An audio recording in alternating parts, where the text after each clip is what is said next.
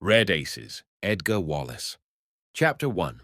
When a young man is very much in love with a most attractive girl, he is apt to endow her with qualities and virtues which no human being has ever possessed. Yet, at rare and painful intervals, there enter into his soul certain wild suspicions, and in these moments he is inclined to regard the possibility that she may be guilty of the basest treachery and double dealing. Everybody knew that Kenneth McKay was desperately in love. They knew it at the bank where he spent his days in counting other people's money and a considerable amount of his lunch hour writing impassioned and ill-spelt letters to Margot Lynn.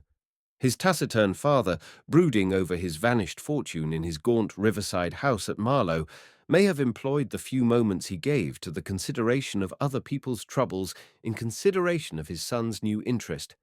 Probably he did not, for George Mackay was entirely self-centered and had little thought but for the folly which had dissipated the money he had accumulated with such care and the development of fantastical schemes for its recovery.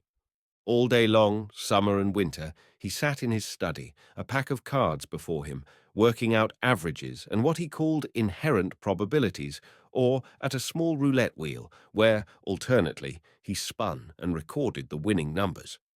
Kenneth went over to Beaconsfield every morning on his noisy motor bicycle and came back every night, sometimes very late, because Margot lived in London.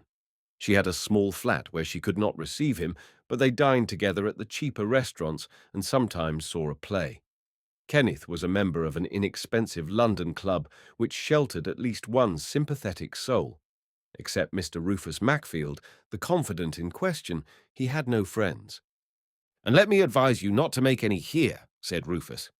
He was a military-looking man of 45, and most people found him rather a bore, for the views which he expressed so vehemently on all subjects from politics to religion, which are the opposite ends of the ethical pole, he had acquired that morning from the leading article of his favourite daily. Yet he was a genial person and a likeable man. He had a luxurious flat in Park Lane, a French valet, a couple of hacks which he rode in the park, and no useful occupation. "The Leffingham Club is cheap," he said. "The food's not bad, and it is near Piccadilly. Against that you have the fact that almost anybody who hasn't been to prison can become a member." "The fact that I'm a member," began Ken. "You're a gentleman and a public school man," interrupted Mr. Mackfield a little sonorously. "You're not rich, I admit." "Even I admit that," said Ken, rubbing his untidy hair. Kenneth was tall, athletic, as good-looking as a young man need be, or can be without losing his head about his face. He had called at the Leffingham that evening especially to see Rufus and confide his worries, and his worries were enormous. He looked haggard and ill. Mr. Mackfield thought it possible that he had not been sleeping very well. In this surmise he was right. "It's about Margot," began the young man. Mr. Mackfield smiled. He had met Margot, had entertained the young people to dinner at his flat, and twice had invited them to a theatre party. "We've had a row, Rufus. It began a week ago. For a long time her reticence has been bothering me. Why the devil couldn't she tell me what she did for a living? I wouldn't say this to a living soul, but it is horribly disloyal to her. And yet it isn't. I know that she has no money of her own, and yet she lives at the rate of 1,000 a year. She says that she is secretary to a businessman, but the office where she works is in her own name. And she isn't there more than a few days a week, and then only for a few hours." Mr. Mackfield considered the matter. "She won't tell you any more than that?" Kenneth looked round the smoke-room. Except for a servant counting the cigars in a small mahogany cabinet, they were alone. He lowered his voice. "She'll never tell me any more. I've seen the man," he said. "Margot meets him surreptitiously." Mr. Mackfield looked at him dubiously. "Oh, what sort of a man?" Kenneth hesitated. "Well, to tell you the truth, he's elderly. It was queer how I came to see them at all. I was taking a ride round the country on Sunday morning. Margot told me that she couldn't come to us. I asked her to lunch with us at Marlow, because she was going out of London. I went through Burnham and stopped to explore a little wood. As a matter of fact, I saw two animals fighting. I think they were stoats, and I went after them. Stoats can be dangerous. began Mr. Macfield. "I remember once. Anyway, I went after them with my camera. I'm rather keen on wildlife photographs. And then I saw two people, a man and a girl, walking slowly away from me. The man had his arm round the girl's shoulder. It rather made a picture. They stood in a patch of sunlight, and with the trees as a background. Well, it was rather an idyllic sort of picture. I put up my camera. Just as I pressed the button, the man looked over his shoulder, and then the girl turned. It was Margot! He dabbed his brow with a handkerchief. Rufus was slightly amused to see anybody so agitated over so trifling a matter. Kenneth swallowed his drink. His hand trembled. He was elderly, 50, not bad looking. God, I could have killed them both. Margot was coolness itself, though she changed colour, but she didn't attempt to introduce me or offer any kind of explanation. Her father, began Rufus. She has no father, no relations except her mother, who is an invalid and lives in Florence. At least I thought so, snapped Kenneth. What did she do? The young man heaved a deep sigh. Nothing. Just said, how queer meeting you. Talked about the beautiful day.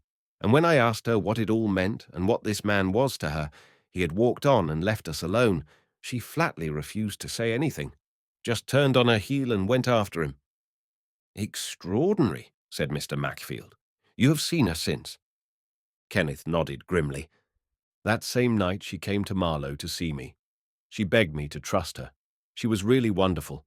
It was terribly surprising to see her there at all. When I came down into the dining room and found her there, I was knocked out. The servant didn't say who she was, and I kept her waiting. Well, asked his companion when he paused. Well, said Kenneth awkwardly, one has to trust people one loves. She said that he was a relation. She never told me that she had one until then. Except her mother, who lives in Florence.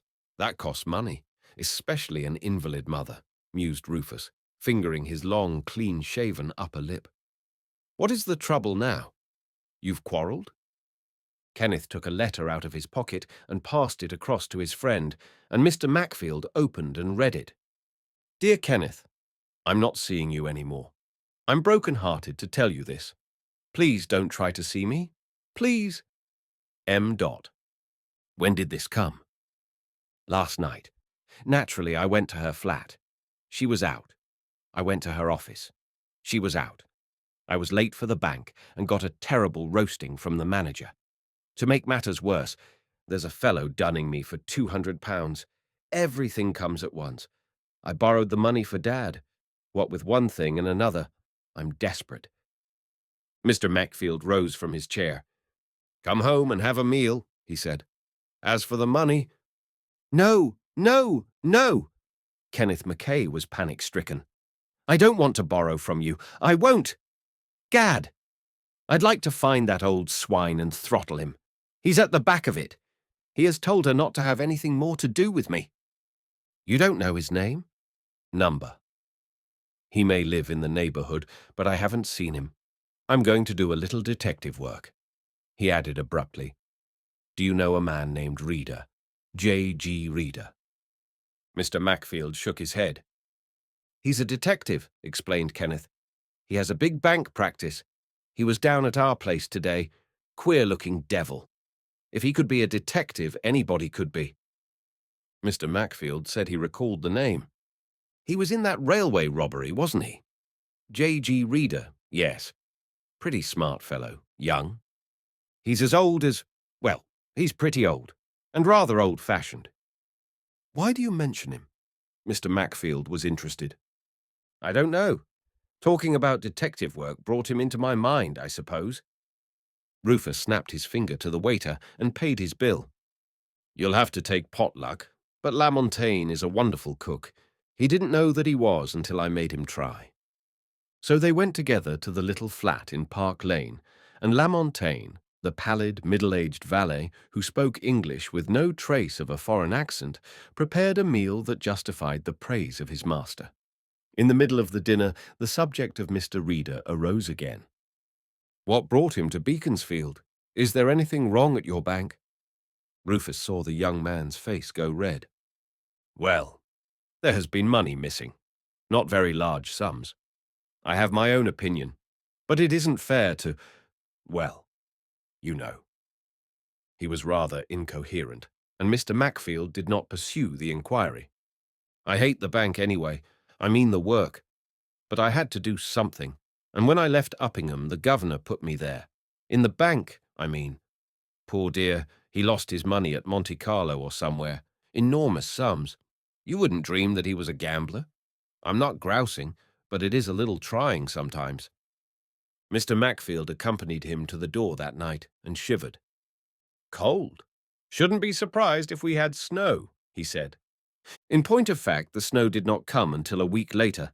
It started as rain and became snow in the night, and in the morning people who lived in the country looked out upon a white world, trees that bore a new beauty, and hedges that showed their heads above sloping drifts. Chapter 2. There was a car coming from the direction of Beaconsfield. The horseman, sitting motionless in the centre of the snowy road, watched the lights grow brighter and brighter.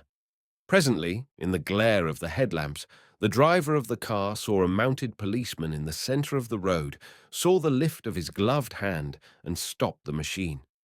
It was not difficult to stop, for the wheels were racing on the surface of the road, which had frozen into the worst qualities of glass, and snow was falling on top of this.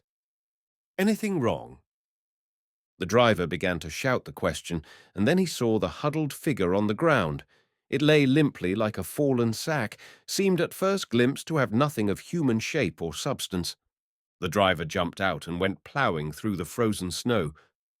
"I just spotted him when I saw you," said the policeman.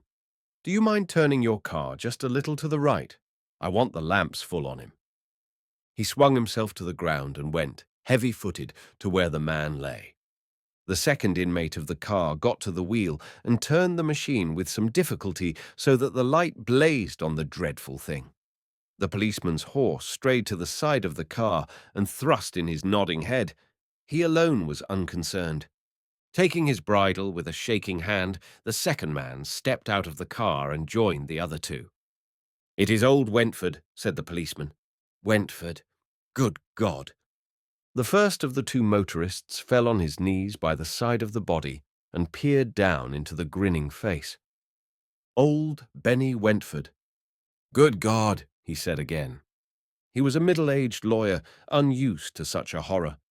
Nothing more terrible had disturbed the smooth flow of his life than an occasional quarrel with the secretary of his golf club. Now here was death, violent and hideous, a dead man on a snowy road. A man who had telephoned to him 2 hours before, begging him to leave a party and come to him, though the snow had begun to fall all over again.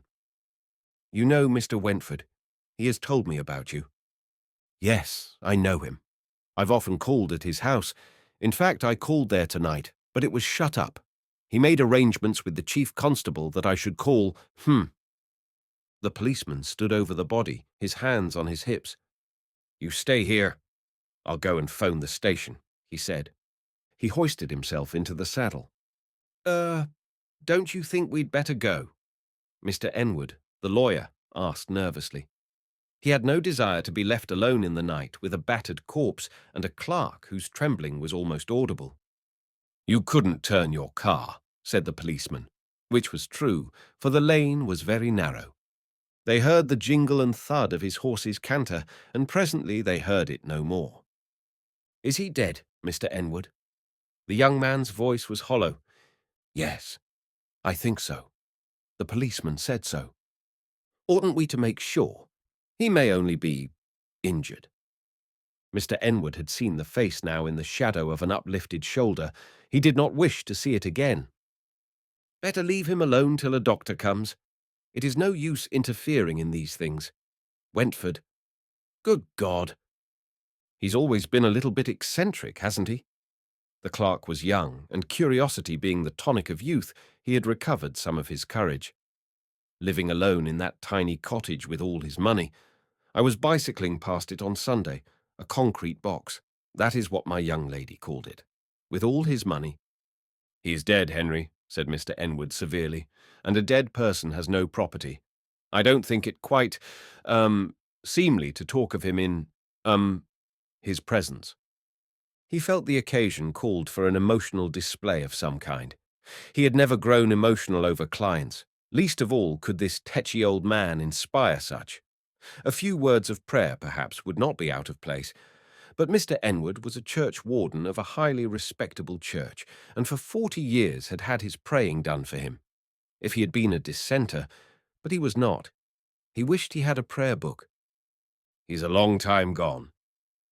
The policeman could not have been more than 200 yards away, but it seemed a very long time since he had left. Has he any heirs? Asked the clerk professionally. Mr. Enwood did not answer. Instead, he suggested that the lights of the car should be dimmed. They revealed this thing too plainly. Henry went back and dimmed the lights. It became terribly dark when the lights were lowered, and eyesight played curious tricks. It seemed that the bundle moved. Mr. Enwood had a feeling that the grinning face was lifting to leer slyly at him over the humped shoulder. "Put on the lights again, Henry," the lawyer's voice quavered. "I can't see what I am doing." He was doing nothing. On the other hand, he had a creepy feeling that the thing was behaving oddly. Yet it lay very still, just as it had lain all the time. He must have been murdered. "I wonder where they went to," asked Henry hollowly, and a cold shiver vibrated down Mr. Enwood's spine. Murdered? Of course he was murdered. There was blood on the snow, and the murderers were— He glanced backward nervously and almost screamed. A man stood in the shadowy space behind the car. The light of the lamps reflected by the snow just revealed him. Who are you, please?" croaked the lawyer. He added, "please," because there was no sense in being rough with a man who might be a murderer. The figure moved into the light. He was slightly bent and even more middle-aged than Mr. Enwood. He wore a flat-topped felt hat, a long ulster, and large, shapeless gloves. About his neck was an enormous yellow scarf, and Mr. Enwood noticed, in a numb, mechanical way, that his shoes were large and square-toed, and that he carried a tightly furled umbrella on his arm, though the snow was falling heavily. "I'm afraid my car has broken down a mile up the road." His voice was gentle and apologetic. Obviously, he had not seen the bundle. In his agitation, Mr. Enwood had stepped into the light of the lamps, and his black shadow sprawled across the deeper shadow. "Am I wrong in thinking that you are in the same predicament?" asked the newcomer. "I was unprepared for the, condition of the road. It is lamentable that one should have overlooked this possibility." "Did you pass the policeman?" asked Mr. Enwood. Whoever this stranger was, whatever might be his character and disposition, it was right and fair that he should know there was a policeman in the vicinity. "Policeman?" The square-hatted man was surprised. "No, I passed no policeman. At my rate of progress, it was very difficult to pass anything."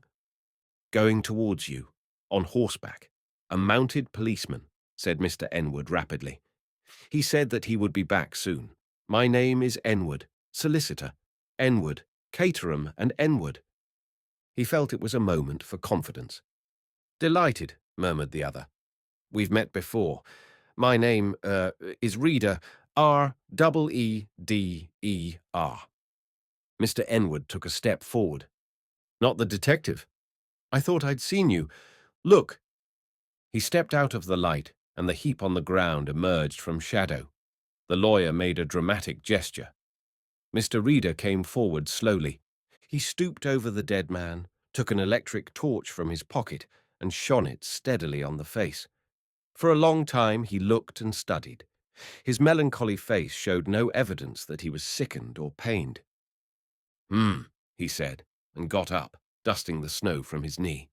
He fumbled in the recesses of his overcoat, produced a pair of eyeglasses, set them crudely on his nose, and surveyed the lawyer over their top. "Very, extraordinary. I was on my way to see him." Enwood stared. "You were on your way? So was I. Did you know him?" Mr. Reader considered this question. "I, didn't, know him. No, I had never met him." The lawyer felt that his own presence needed some explanation. "This is my clerk, Mr. Henry Green." Mr. Reader bowed slightly. "What happened was this. He gave a very detailed and graphic description, which began with the recounting of what he had said when the telephone call came through to him at Beaconsfield, and how he was dressed, and what his wife had said when she went to find his boots. Her first husband had died through an ill-judged excursion into the night air on as foolish a journey, and how much trouble he had had in starting the car, and how long he had had to wait for Henry. Mr. Reader gave the impression that he was not listening. Once he walked out of the blinding light and peered back the way the policeman had gone. Once he went over to the body and looked at it again, but most of the time he was wandering down the lane, searching the ground with his hand lamp, with Mr. Enwood following at his heels, lest any of the narrative be lost. "Is he dead?" "I suppose so," suggested the lawyer. "I, have never seen anybody, deader," said Mr. Reader gently. "I should say, with all reverence and respect, that he was, extraordinarily dead." He looked at his watch. "At 9:15 you met the policeman. He had just discovered the body. It is now 9:35. How did you know that it was 9:15? "I heard the church clock at Woburn Green strike the quarter." Mr. Enwood conveyed the impression that the clock struck exclusively for him. Henry halved the glory. He also had heard the clock.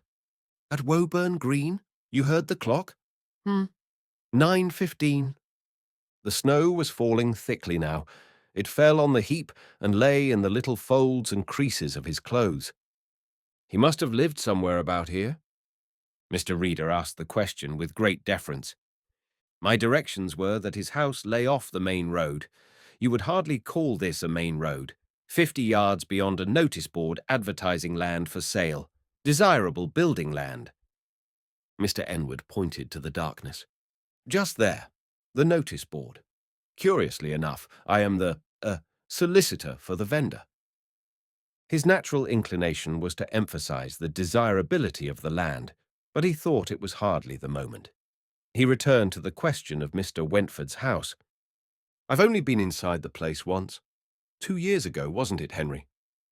"A year and 9 months," said Henry exactly. His feet were cold, his spine chilled. He felt sick. "You cannot see it from the lane," Mr. Enwood continued. "Rather a small, one-story cottage. He had it specially built for him, apparently. It is not exactly a palace." "Dear me," said Mr. Reader, as though this were the most striking news he had heard that evening. "In a house he built himself. I suppose he has, or had, a telephone." "He telephoned to me," said Mr. Enwood. "Therefore, he must have a telephone." Mr. Reader frowned as though he were trying to pick holes in the logic of this statement. "I will go along and see if it is possible to get through to the police," he suggested. "The police have already been notified," said the lawyer hastily. "I think we all ought to stay here together till somebody arrives." The man in the square hat, now absurdly covered with snow, shook his head. He pointed. "Woburn Green is there. Why not go and arouse the, local constabulary?" That idea had not occurred to the lawyer. His instinct urged him to return the way he had come and regain touch with realities in his own prosaic parlor.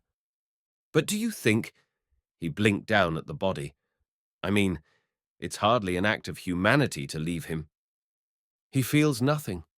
"He's probably in heaven," said Mr. Reader, and added, "probably. Anyway, the police will know exactly where they can find him." There was a sudden screech from Henry. He was holding out his hand in the light of the lamp. "Look! Blood!" he screamed. There was blood on his hand, certainly. "Blood! I didn't touch him. You know that, Mr. Enwood. I ain't been a-near him." Alas for our excellent system of secondary education. Henry was reverting to the illiterate stock whence he sprang. "Not near him. I ain't been. Blood!" "Don't squeak, please." Mr. Reader was firm. "What have you touched?" "Nothing. I only touched myself." "Then you have touched nothing," said Mr. Reader with unusual acidity. "Let me look." The rays of his lamp travelled over the shivering clerk. "It is on your sleeve. Mr. Enwood stared. There was a red, moist patch of something on Henry's sleeve. "You had better go on to the police station," said Mr. Reader. I will come and see you in the morning. Chapter 3. Mr. Enwood climbed into the driver's seat gratefully, keeping some distance between himself and his shivering clerk. The car was on a declivity and would start without trouble. He turned the wheel straight and took off the brake. The machine skidded and slithered forward, and presently Mr. Reader, following in its wake, heard the sound of the running engine. His lamp showed him the notice board in the field, and 50 yards beyond he came to a path so narrow that 2 men could not walk abreast. It ran off from the road at right angles, and up this he turned, progressing with great difficulty, for he had heavy nails in his shoes. At last he saw a small garden gate on his right, set between 2 unkempt hedges. The gate was open, and this methodical man stopped to examine it by the light of his lamp. He expected to find blood and found it. Just a smear. No bloodstains on the ground, but then the snow would have obliterated those. It had not obliterated the print of footmarks going up the winding path. They were rather small, and he thought they were recently made. He kept his light upon them until they led him into view of the squat house with its narrow windows and doorways. As he turned, he saw a light gleam between curtains. He had a feeling that somebody was looking out at him. In another moment, the light had vanished. But there was somebody in the house. The footsteps led up to the door. Here he paused and knocked. There was no answer, and he knocked again more loudly. The chill wind sent the snowflakes swirling about him. Mr. Reader, who had a secret sense of humour, smiled. In the remote days of his youth, his favourite Christmas card was one which showed a sparkling Father Christmas knocking at the door of a wayside cottage. He pictured himself as a felt-hatted Father Christmas, and the whimsical fancy slightly pleased him. He knocked a 3rd time and listened. Then, when no answer came, he stepped back and walked to the room where he had seen the light and tried to peer between the curtains. He thought he heard a sound, a thud, but it was not in the house. It may have been the wind. He looked round and listened, but the thud was not repeated, and he returned to his ineffectual starings. There was no sign of a fire. He came back to knock for the 4th time, then tried the other side of the building, and here he made a discovery. A narrow casement window, deeply recessed and made of iron, was swaying to and fro in the wind, and beneath the window was a double set of footmarks, one coming and one going. They went away in the direction of the lane. He came back to the door and stood debating with himself what steps he should take. He had seen in the darkness 2 small white squares at the top of the door, and had thought they were little panes of toughened glass, such as one sees in the tops of such doors. But probably in a gust of wind, one of them became detached and fell at his feet. He stooped and picked it up. It was a playing card, the ace of diamonds. He put his lamp on the second. It was the ace of hearts. They had both apparently been fastened side by side to the door with pins, black pins. Perhaps the owner of the house had put them there. Possibly they had some significance, fulfilled the function of mascots. No answer came to his knocking, and Mr. Reader heaved a deep sigh. He hated climbing. He hated more squeezing through narrow windows into unknown places, more especially as there was probably somebody inside who would treat him rudely. Or they may have gone. The footprints he found were fresh. They were scarcely obliterated, though the snow was falling heavily. Perhaps the house was empty, and its inmate, whose light he had seen, had got away whilst he was knocking at the door. He would not have heard him jump from the window. The snow was too soft. Unless that thud he had heard. Mr. Reader gripped the sill and drew himself up, breathing heavily, though he was a man of considerable strength. There were only 2 ways to go into the house. One was feet first, the other head first. He made a reconnaissance with his lamp and saw that beneath the window was a small table standing in a tiny room which had evidently been used as a cloak cupboard, for there were a number of coats hanging on hooks. It was safe to go in head first, so he wriggled down onto the table, feeling extraordinarily undignified. He was on his feet in a moment, gripped the handle of the door gingerly, and opened it. He was in a small hall, from which one door opened. He tried this. It was fast, and yet not fast. It was as though somebody was leaning against it on the other side. A quick jerk of his shoulder, and it flew open. Somebody tried to dash past him, but Mr. Reader was expecting that, and worse. He gripped the fugitive. "I'm extremely sorry," he said in his gentle voice. "It is a lady, isn't it?" He heard her heavy breathing, a sob. "Is there a light?" He groped inside the lintel of the door, found a switch and turned it. Nothing happened for a moment, and then the lights came on suddenly. There was apparently a small light-making machine at the back of the house, which operated when any switch was turned. "Come in here, will you, please?" He pressed her very gently into the room. Pretty, extraordinarily pretty. He did not remember ever having met a young lady who was quite as pretty as this particular young lady, though she was very white and her hair was in disorder, and on her feet were snow boots, the impression of which he had already seen in the snow. "Will you sit down, please?" He closed the door behind him. "There's nothing to be afraid of. My name is Reader." She had been terrified for that moment. Now she looked up at him intensely. "You're the detective?" She shivered. "I'm so frightened. I'm so frightened." Then she drooped over the table at which she sat, her face buried in her folded arms. Mr. Reader looked round the room. It was pleasantly furnished, not luxuriously so, but pleasantly. Evidently a sitting room. Except that the mantelboard had fallen or had been dragged on the floor, there was no sign of disorder. The hearth was littered with broken china pots and vases. The board itself was still held in position at one end by some attachment to the mantelpiece. That and the blue hearthrug before the fire, which was curiously stained, and there were other little splodges of darkness on the surface of the carpet, and a flower pot was knocked down near the door. He saw a waste-paper basket and turned over its contents. Covers of little books, apparently. There were 5 of them, but no contents. By the side of the fireplace was a dwarf bookcase. The books were dummies. He pulled one end of the case and it swung out, being hinged at the other end. Said Mr. Reader, and pushed the shelves back into their original position. There was a cap on the floor by the table, and he picked this up. It was wet. This he examined, thrust into his pocket, and turned his attention to the girl. "How long have you been here, Miss— I think you had better tell me your name." She was looking up at him. He saw her wet her dry lips. "Half an hour. I don't know. It may be longer." "Miss?" he asked again. "Lynn. Margot Lynn." He pursed his lips thoughtfully. "Margot Lynn. And you've been here half an hour. Who else has been here?" "Nobody," she said, springing to her feet. "What has happened? Did they fight?" He put his hand on her shoulder gently and pressed her down into the chair. "Did who fight whom?" asked Mr. Reader. His English was always very good on these occasions. "Nobody has been here," she said inconsequently. Mr. Reader passed the question. "You came from—" "I came from Bourne End Station. I walked here. I often come that way. I am Mr. Wentford's secretary."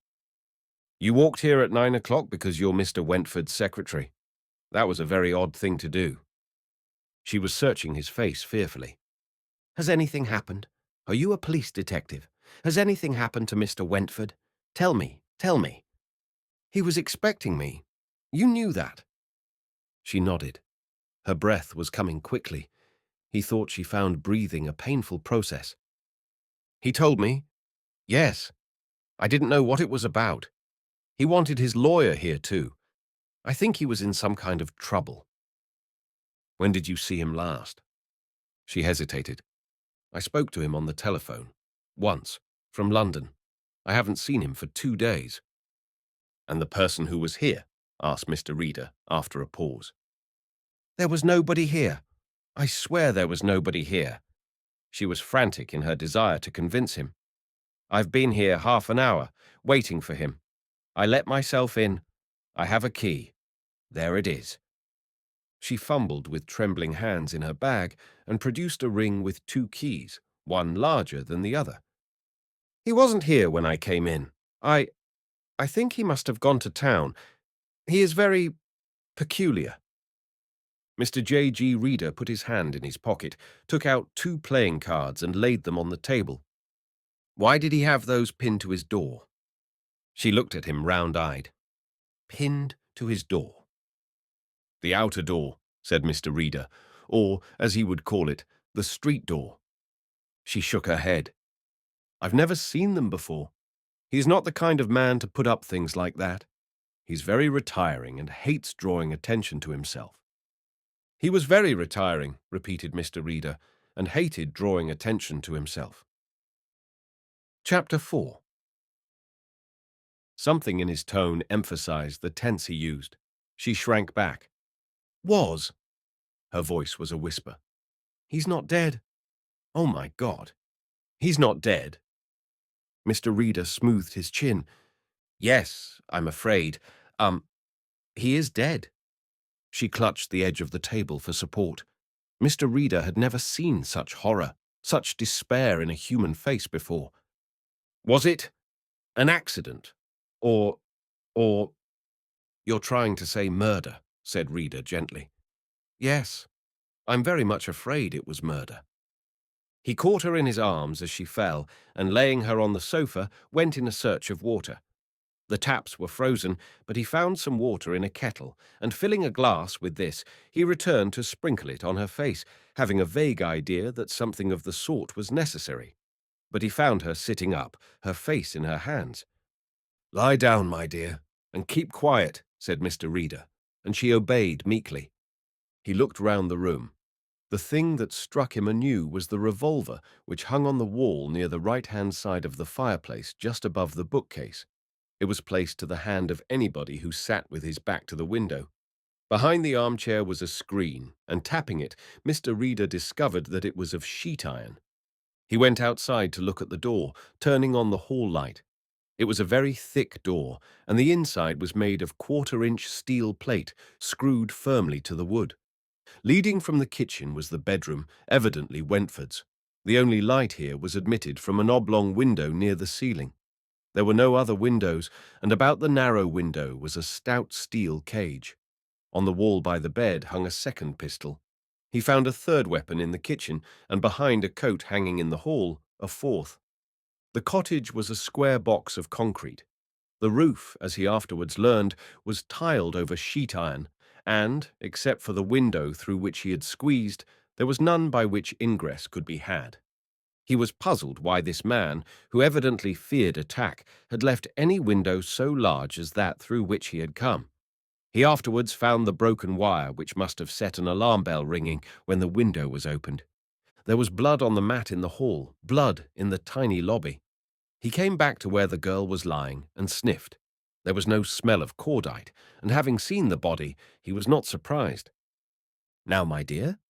She sat up again. I am not a police officer. I am a gentleman called in by your friend, Mr. Wentford. Your late friend, he corrected himself, to do something. I know not what. He called me by phone. I gave him my, terms, but he offered me no reason why he was sending for me. You, as his secretary, may perhaps... She shook her head. I don't know. He had never mentioned you before he spoke to me on the telephone. I'm not a policeman, said Mr. Reader again, and his voice was very gentle. Therefore, my dear, you need have few qualms about telling me the truth, because these gentlemen, when they come, these very active and intelligent men, will probably discover all that I have seen, even if I did not tell them. Who was the man who went out of this house when I knocked at the door? Her face was deathly pale, but she did not flinch. He wondered if she was as pretty when she was not so pale. Mr. Reader wondered all sorts of queer little things like that. His mind could never stagnate. There was nobody in this house since I have been here. Mr. Reader did not press her. He sighed, closed his eyes, shook his head, shrugged his shoulders. It's a great pity, he said. Can you tell me anything about Mr. Wentford? No, she said in a low voice. He was my uncle. I think you ought to know that. He didn't want anybody to know, but that must come out. He has been very good to us. He sent my mother abroad. She is an invalid. I conducted his business. All this very jerkily. Have you been here often? She shook her head. Not often, she said. We usually met somewhere by appointment. generally in a lonely place where one wouldn't be likely to meet anybody who knew us. He was very shy of strangers, and he didn't like anybody coming here. Did he ever entertain friends here? No. She was very emphatic. I'm sure he didn't. The only person he ever saw was the police patrol, the mounted man who rides this beat. Uncle used to make him coffee every night. I think it was for the company. He told me he felt lonely at nights. The policeman kept an eye on him. There are two, Constable Steele and Constable Verity. My uncle always sent them a turkey at Christmas. Whoever was on duty used to ride up here. I was here late one night, and the constable escorted me to Bourne End. The telephone was in the bedroom. Mr. Reader remembered he had promised to phone. He got through to a police station and asked a few questions. When he got back, he found the girl by the window, looking between the curtains. Somebody was coming up the path. They could hear voices, and looking through the curtain, he saw a string of lanterns and went out to meet a local sergeant and two men. Behind them was Mr. Enward. Reader wondered what had become of Henry. Possibly he had been lost in the snow. The thought interested him. "This is Mr. Reader." Enward's voice was shrill. "Did you telephone?" "Yes, I telephoned. We have a young lady here, Mr. Wentford's niece." Enward repeated the words, surprised. "His niece here? Really? I knew he had a niece. In fact—" He coughed. It was an indelicate moment to speak of legacies. "She'll be able to throw a light on this business," said the sergeant, more practical and less delicate. "She could throw no light on any business," said Mr. Reader, very firmly for him. "She was not here when the crime was committed. In fact, she arrived some time after. She has a key which admitted her. Miss Lynn acts as her uncle's secretary, all of which facts, I think, gentlemen, you should know." The sergeant was not quite sure about the propriety of noticing Mr. Reader. To him he was almost a civilian, a man without authority, and his presence was therefore irregular. Nevertheless, some distant echo of J.G. Reader's fame had penetrated into Buckinghamshire. The police officer seemed to remember that Mr. Reader either occupied or was about to occupy a semi-official position remotely or nearly associated with police affairs. If he had been a little clearer on the subject, he would also have been more definite in his attitude. Since he was not so sure, it was expedient, until Mr. Reader's position became established, to ignore his presence, a peculiarly difficult course to follow when an officially absent person is standing at your elbow, murmuring flat contradictions of your vital theories. "Perhaps you will tell me why you are here, sir?" said the sergeant with a certain truculence. Mr. Reader felt in his pocket, took out a large leather case, and laid it carefully on the table, first dusting the table with the side of his hand.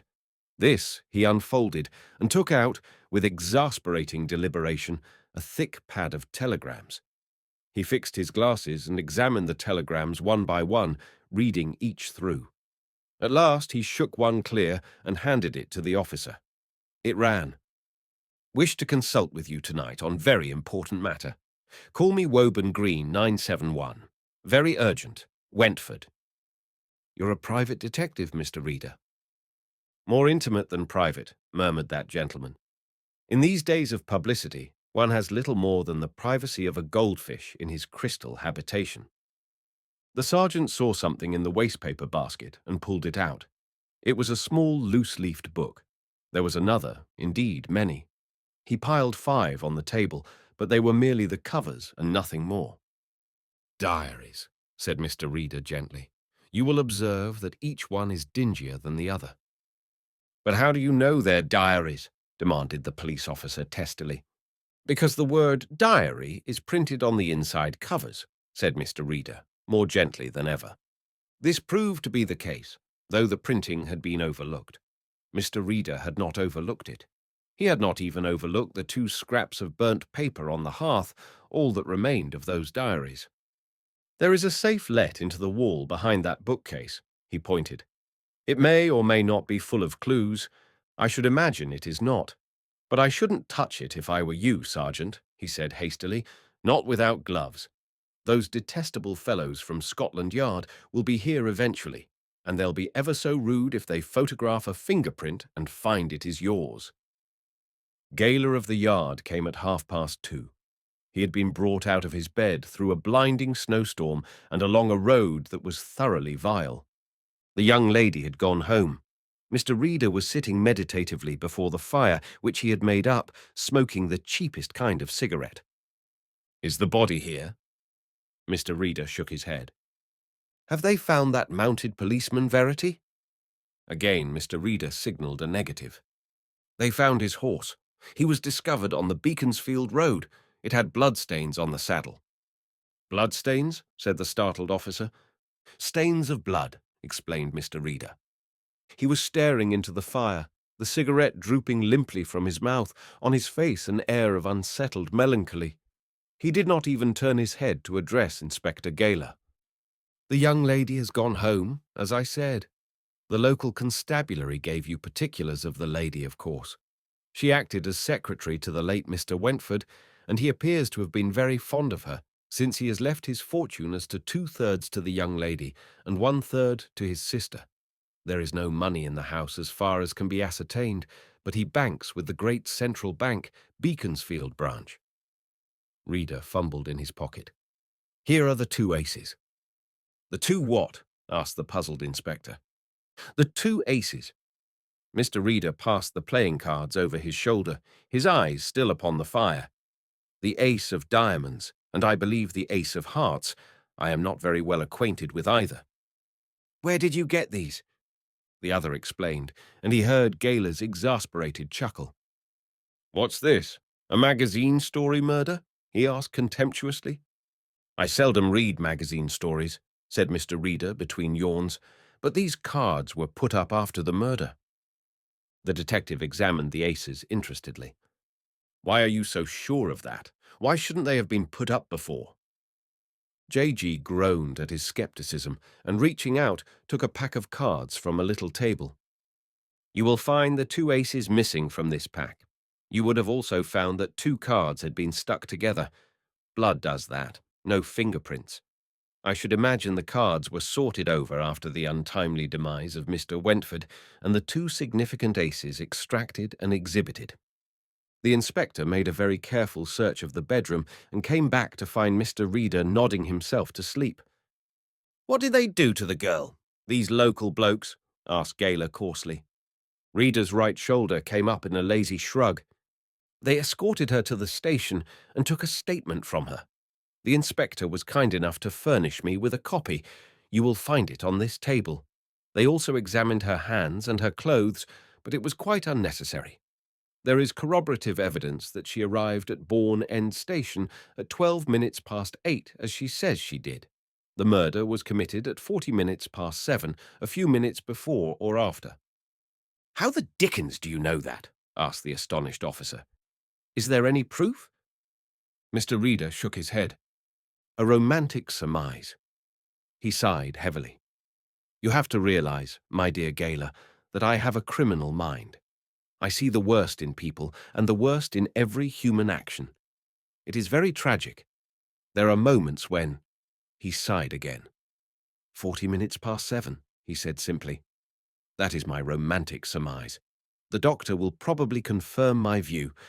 The body lay here," he pointed to the hearthrug, "until, well, quite a considerable time." Gaoler was skimming 2 closely written sheets of foolscap. Suddenly he stopped. "You're wrong," he said. "Listen to this statement made at the station by Miss Lynn. I rang up my uncle from the station, telling him I might be late because of the snowy road. He answered, 'Come as soon as you can.' He spoke in a very low tone. I thought he sounded agitated. That knocks your theory about the time a little bit skew with, eh?" Mr. Reader looked round and blinked open his eyes. "Yes, doesn't it? It must have been terribly embarrassing." "What was embarrassing?" asked the puzzled police officer. "Everything," mumbled Mr. Reader, his chin falling on his breast. Chapter 5. "The trouble about Reader," said Gaoler to the superintendent in the course of a long telephone conversation, "is that you feel he does know something which he shouldn't know. I've never seen him in a case where he hasn't given me the impression that he was the guilty party. He knew so much about the crime." "Humour him," said the superintendent. He'll be in the public prosecutor's department one of these days. He never was in a case that he didn't make himself an accessory by pinching half the clues. At 5 o'clock, the detective shook the sleeper awake. "You better go home, old man," he said. "We'll leave an officer in charge here." Mr. Reader rose with a groan, splashed some soda water from a siphon into a glass, and drank it. "I must stay, I'm afraid, unless you have any very great objection." "What's the idea of waiting?" asked Gayler in surprise. Mr. Reader looked from side to side as though he were seeking an answer. "I have a theory, an absurd one, of course, but I believe the murderers will come back. And honestly, I don't think your policeman would be of much use, unless you were inclined to give the poor fellow the lethal weapon necessary to defend himself." Gayler sat down squarely before him, his large gloved hands on his knees. "Tell Papa," he said. Mr. Reader looked at him pathetically. "There is nothing to tell, my dear Mr. Gayler, merely suspicion, bred, as I said, in my peculiarly morbid mind, having perhaps no foundation, in fact. Those 2 cards, for example, that was a stupid piece of bravado. But it has happened before.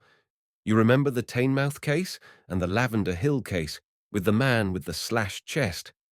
I think they must get these ideas out of books," he said, bending over to stir the embers of the fire.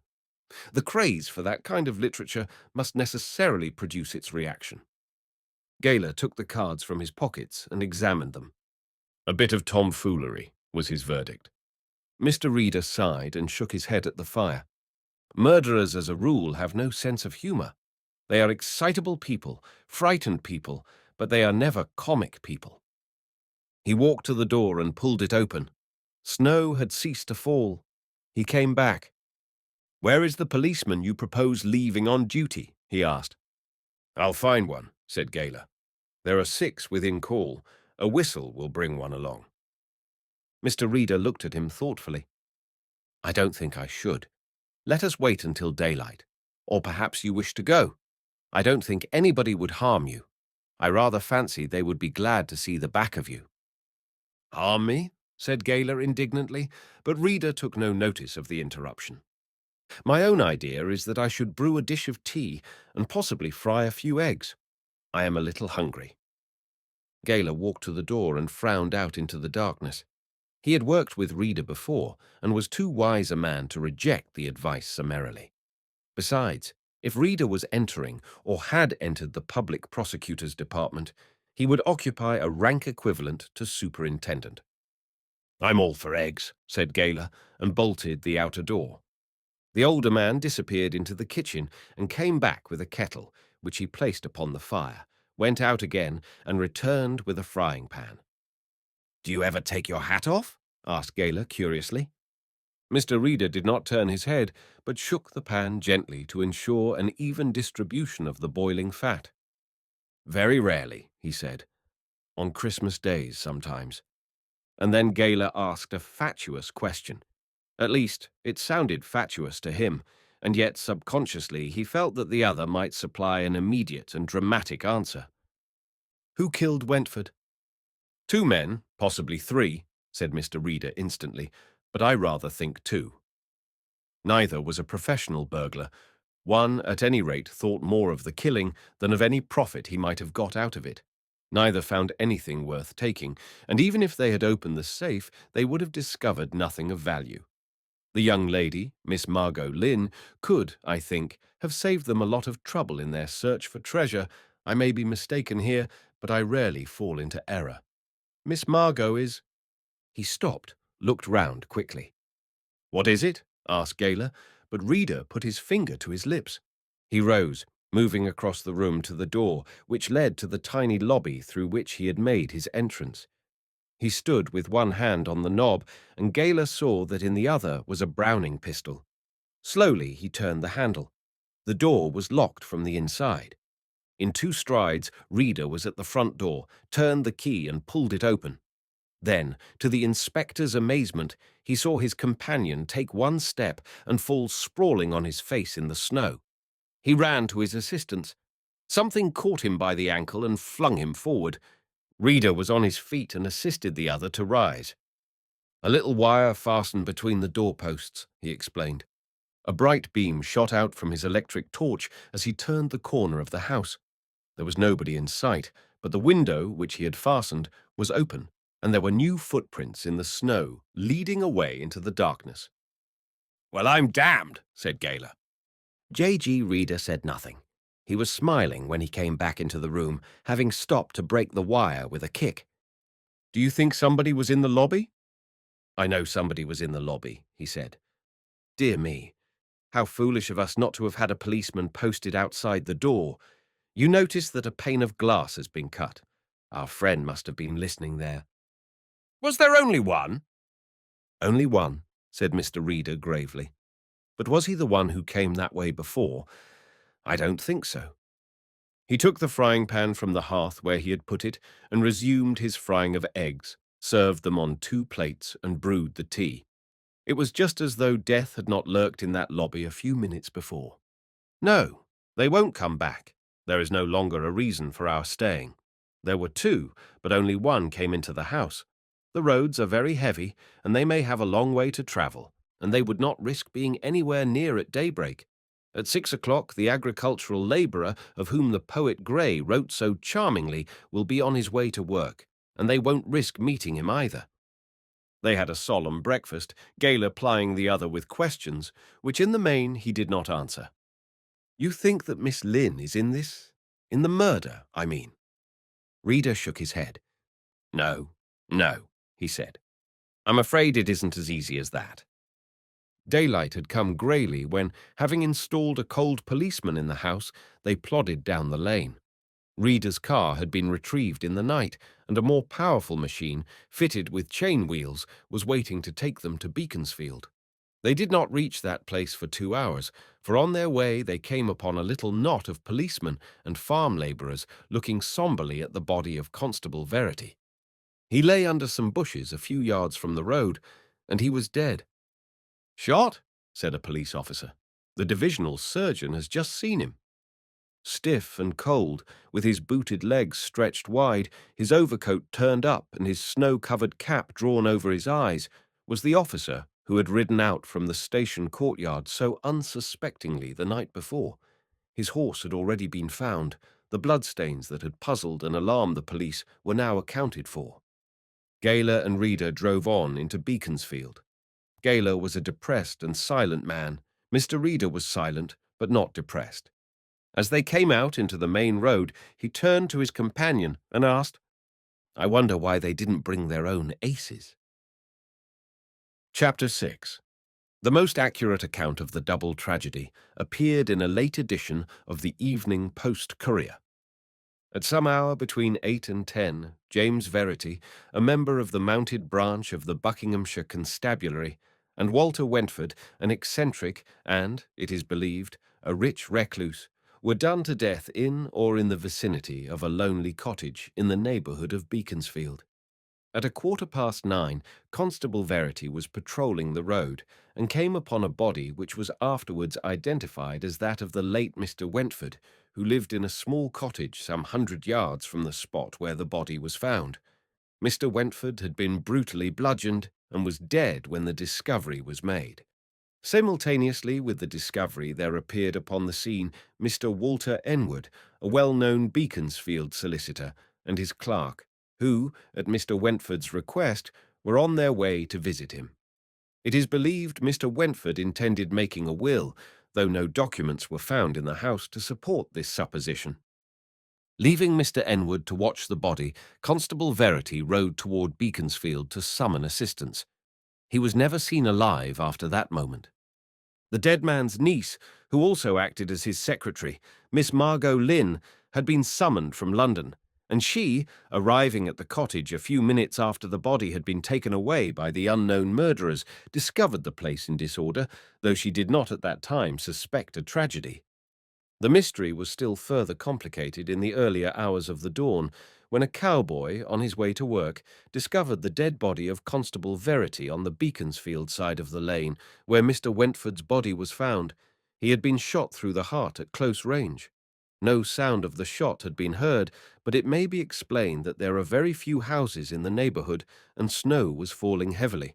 A carter in the employment of a neighbouring farmer thought he had heard a shot fired much earlier in the evening, but this may be accounted for by the fact that snow was falling so thickly on the railway line, which is situated a mile away, that fog signals were being used.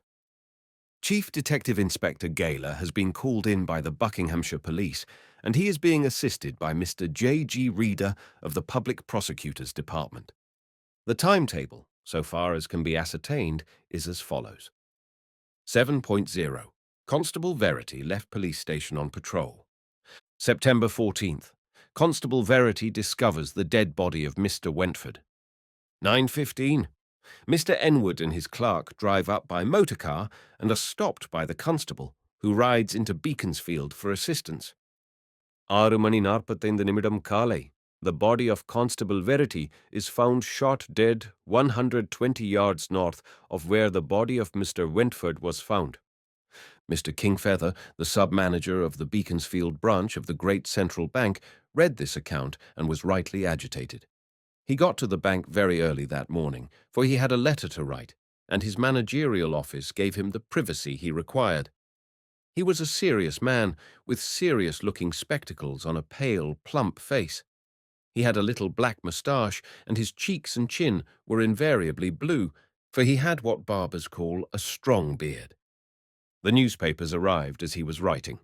They were pushed under the closed outer door of the bank, and, being at the moment stuck for the alternative to an often reiterated term of endearment, he rose and brought the newspapers into the office, put a new coal on the fire, and sat down to glance through them.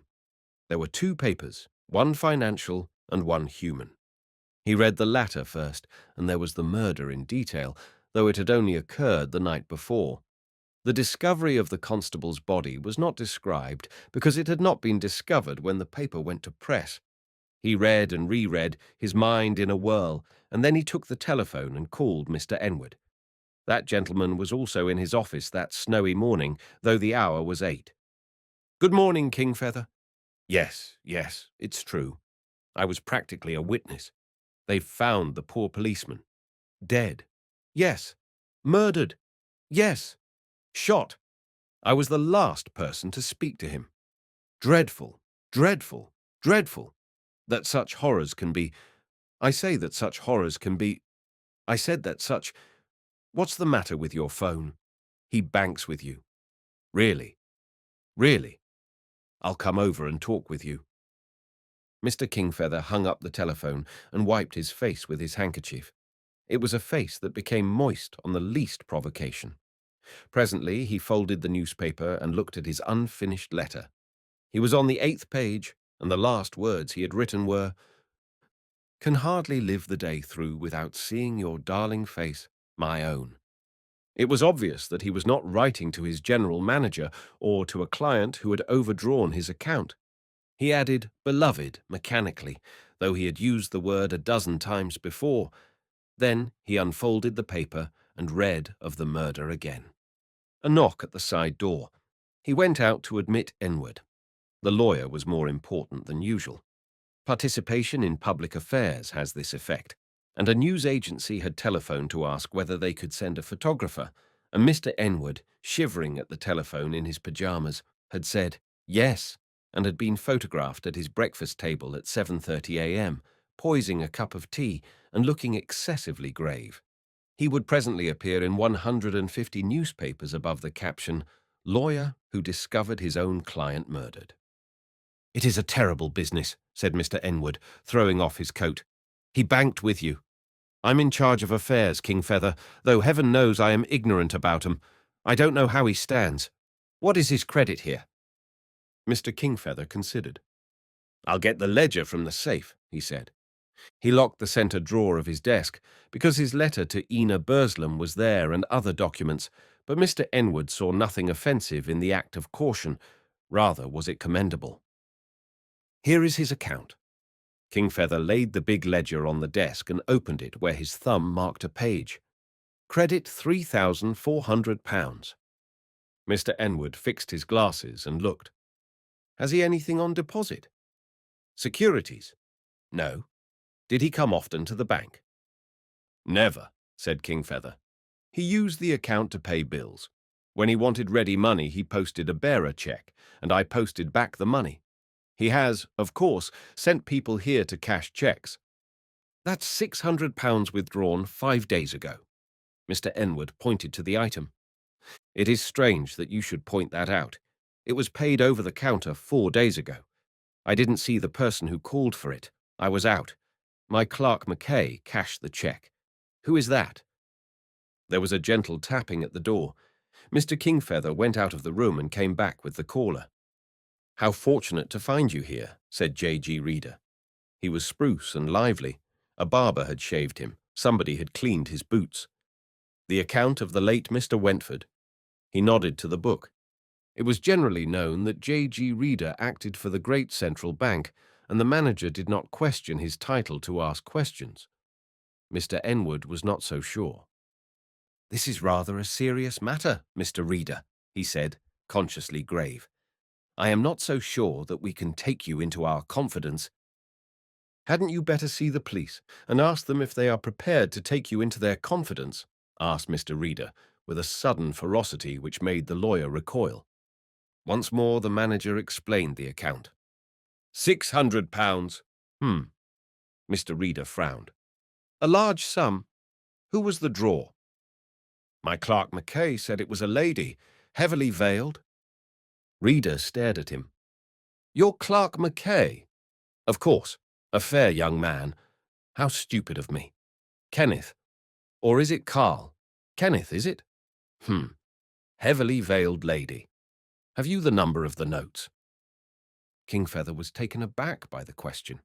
He searched for a book that held the information, and Mr. Reader copied them down, an easy task since the 10s and the 5s ran consecutively. When does your clerk arrive? Kenneth was supposed to arrive at 9. As a rule, he was late. He was late that morning. Mr. Reader saw the young man through a window in the manager's office and thought that he did not look well. His eyes were tired. He had shaved himself carelessly, for his chin bore a strip of sticking plaster. Perhaps that accounted for the spots on the soiled cuff of his shirt, thought Mr. Reader when he confronted the young man. No, I will see him alone, said Reader. He is rather an insolent pup, warned Mr. Kingfeather. I have tamed lions, said Mr. Reader. When Kenneth came in, close the door, please, and sit down. You know me, my boy? Yes, sir, said Kenneth. That is blood on your shirt cuff, isn't it? Cut your chin, did you? You haven't been home all night? Kenneth did not answer at once. No, sir. I haven't changed my shirt, if that is what you mean. Mr. Reader smiled. Exactly. He fixed the young man with a long, searching glance. Why did you go to the house of the late Mr. Wentford last night, between the hours of 8:30 and 9:30? He saw the youth go deathly white. I didn't know he was dead. I didn't even know his name until this morning. I went there because, well, I was blackguard enough to spy on somebody, follow them from London and sneak into the house. The young lady, Margot Lynn. You're in love with her? Engaged to her, perhaps? I'm in love with her. I'm not engaged to her. We are no longer friends, said Kenneth in a low voice. She told you I'd been there, I suppose. And then, as a light broke on him, or did you find my cap? It had my name in it. Mr. Reader nodded. You came down on the same train as Miss Lynn. Good. Then you will be able to prove that you left Bourne End Station? No, I shan't, said Kenneth. I slipped out of the train onto the line. Naturally, I didn't want her to see me. I got out through the level crossing. There was nobody about. It was snowing heavily. Very awkward, Mr. Reader pursed his lips. You thought there was some sort of friendship between Mr. Wentford and the young lady.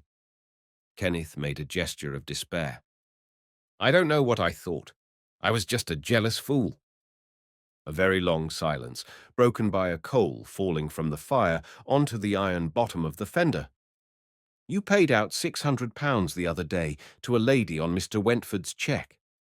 I didn't know that Wentford was, began Ken, but Mr. Reader brushed aside that aspect of the situation. Yes, a veiled lady. She came by car. It was a large sum of money, but the day before Mr. Kingfeather had told me to honour any cheque of Mr. Wentford's, no matter to whom money was paid. "Will you tell me something about your quarrel with the young lady?" Mr. Reader asked. "It is, I realise, a delicate subject." Kenneth hesitated, then told his story as he had told it to Mr. Mackfield. "Miss Lynn called on you that night. Did she ask you to destroy the photograph you had taken?" The young man was surprised at this query. "No. I had forgotten all about the photograph till the other day. I must have sent the pack to be developed, or put them aside to send them. Would the picture of Mr. Wentford be any good to you?" J.G. Reader shook his head. He asked very little more. He was, it seemed, the easiest man in the world to satisfy. Before he left, he saw the sub-manager alone. "Did you tell Mr. McKay that he was to honour any cheque of Mr. Wentford's, no matter to whom the money was paid?" The answer came instantly. "Of course not. Naturally, I should expect him to be sure that the person who presented a cheque had authority. And another curious thing, which I have not mentioned. I lunch at the inn opposite, and I usually have a seat in the window, where I can see these premises, but I have no recollection of any car drawing up to the bank." Was all that Mr. Reader said. He made a few inquiries in Beaconsfield and the neighbourhood, and went on to Wentford's house, where Gayler had arranged to meet him. The inspector was pacing up and down the snowy terrace before the house, and he was in very good spirits. "I think I've got the man," he said. "Do you know anybody named McKay?" Mr. Reader looked at him slyly. "I know a dozen," he said. "Come inside and I'll show you something." Reader followed him into the room. The carpet had been taken up, the furniture moved. Evidently a very thorough search had been in progress. Gayler swung back the bookcase. The safe door was ajar. "We got keys from the maker. Quick work. They were down here by 8:30. He stooped down and pulled out 3 bundles. The first was made up of bills, the second of used cheques, the third was a thick bundle of French banknotes, each to the value of 1,000 francs. "That is surprise number 1. 1, began the detective, flourishing the money. "French money." "I am afraid it doesn't surprise me," said Mr. Reader apologetically. "You see, I've been examining the gentleman's bank book. By the way, here are the numbers of notes drawn from Mr. Wentford's account." He handed over a slip of paper. £600 is a lot of money," said Gayler. "I'll phone these through. Well, what else did you find in the bank book?" "I observed," said Mr. Reader, though I did not emphasize the fact, that all the money he paid was in French banknotes. "Number 2 is de." The inspector extracted a sheet of headed paper from one heap. Written in pencil was what was evidently a memorandum from somebody who signed himself D.H. Hartford. "I have found that the man who is employing a private detective to find you is George McKay of Senate House, Marlow. I don't know what his intentions are, but they're not pleasant. There is nothing to worry about. He is employing one of the most incompetent private detectives in the business." "Extraordinary," said Mr. Reader, and coughed. "The first thing to do is to find Hartford," began Gayler. "He is in Australia," Mr. Reader interrupted. "At the time that letter was written, his office address was 327 Lamb's Buildings. He became bankrupt and left the country hurriedly." "How do you know?" asked Gayler, astonished. "Because I, was the incompetent private detective engaged to find Mr. Lynn, or, as he called himself, Mr. Wentford. And I did not find him," said Mr. Reader. "Why did McKay wish to find this man?" "He owed him money. I know no more than that. The search fell off because, Mr. McKay owed me money. One has to live." "Then you knew about Wentford?" Mr. Reader took counsel with himself. Yes. I recognized him last night. I once had a photograph of him. I thought it was very odd. I also, drove over to Marlow and made inquiries. Mr. George McKay did not leave his house last night, and at the moment the murder was committed was entertaining the, vicar to dinner." "You're a killjoy," he said, and Mr. Reader sighed heavily. "I'm going to have these developed." He held up a little film pack. "I found them in the old man's bedroom. I don't suppose they'll tell us anything." "I fancy they will be very instructive," said Mr. Reader, "especially if you are interested in natural history. There will also be a picture of Mr. Wentford or Lynn with his arm about the shoulder of his niece." Gayler sat down. "Are you pulling my leg?" he demanded. "Heaven forbid," answered Mr. Reader piously. Gayler got up and stood squarely before him. "What do you know about these murders, Reader?" he challenged. Mr. Reader spread his hands wide. His glasses, set askew, slipped a little farther down his nose. He was not a very imposing figure. "I am a queer man, Mr. Gayler. I am cursed, as you are aware, with a peculiarly evil mind. I am also intensely curious. I have always been. I am curious about criminals and chickens. I have perhaps the finest Wyandottes in London. But that is by the way. It would be cruel to give you my theories. The blood on the policeman's horse. That is interesting. And Henry. I suppose Mr. Enwood's clerk has another name. The blood on his coat. Though he did not go near the body of the late Mr. Wentford, that is interesting. Poor Henry is suffering from a severe chill and is in bed, but his mother, an admirable and hard-working woman, permitted me to see him. Then the two aces pinned to the door, all very, very, very interesting indeed. Mr. Gayler, if you will permit me to interview old George McKay, I will undertake to tell you who committed these murders." "The girl told you something. The girl Lynn." "The girl has told me nothing. She also may be very informative. I purpose spending a night or two in her flat, not, I hope, without a chaperone." Gayler looked at him, amazed. Mr. Reader was blushing. Chapter 7. The last page of the letter which Mr. Eric Kingfeather had begun with such ease in the early part of the morning was extremely difficult to compose. It had become necessary to say certain things. It was vital that he should not put his communication into writing. In desperation, he decided to make a break with practice. He would go to town. It was impossible to leave before the bank closed, but he could go immediately afterwards, though there was urgent work which should have kept him on the bank premises until 6, and some private work of serious importance that should have occupied him until midnight. When the bank closed, he handed over the key of the safe to Kenneth. "I've been called to town. Balance up the books and put them in the safe. I'll be back by 6. I'd like you to wait for me." Kenneth McKay did not receive the suggestion favorably. He also wished to get away. "Well, you can't," said the other sharply. "The bank inspector will be in tomorrow to check the Wentford account. It will probably be required as evidence." Mr. Kingfeather got out his little car and drove to London. He parked his machine in a Bloomsbury Square and made his way on foot to a big mansion block behind Gower Street. The elevator man who took him up grinned a welcome. "The young lady's in, sir," he said. The young lady herself opened the door to his ring. "Look who's here," she said in surprise, and stood aside to let him in. She was dressed in an old kimono and did not look as attractive as usual. "In another half hour I'd have been out," she said. "I didn't get up till after lunch. These late nights are surely hell."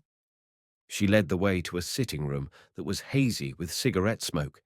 It was a large room, its floor covered with a soft carpet that had once cost a lot of money but was now mottled with stains. Before the fire was a big divan, and on this she had been reclining. The furnishing and appointments of the room were of that style which is believed to be oriental by quite a large number of people. The whole room was halfway to blousiness. It had a stale, sweet scent.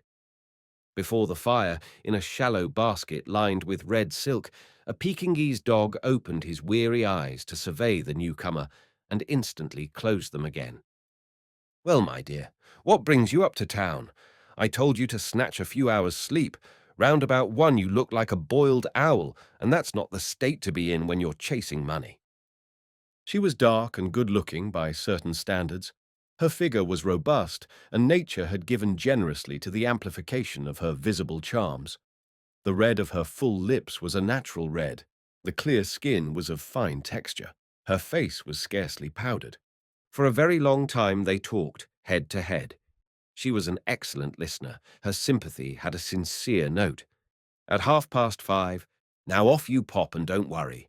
The governor will be seeing you tonight. Talk it over with him.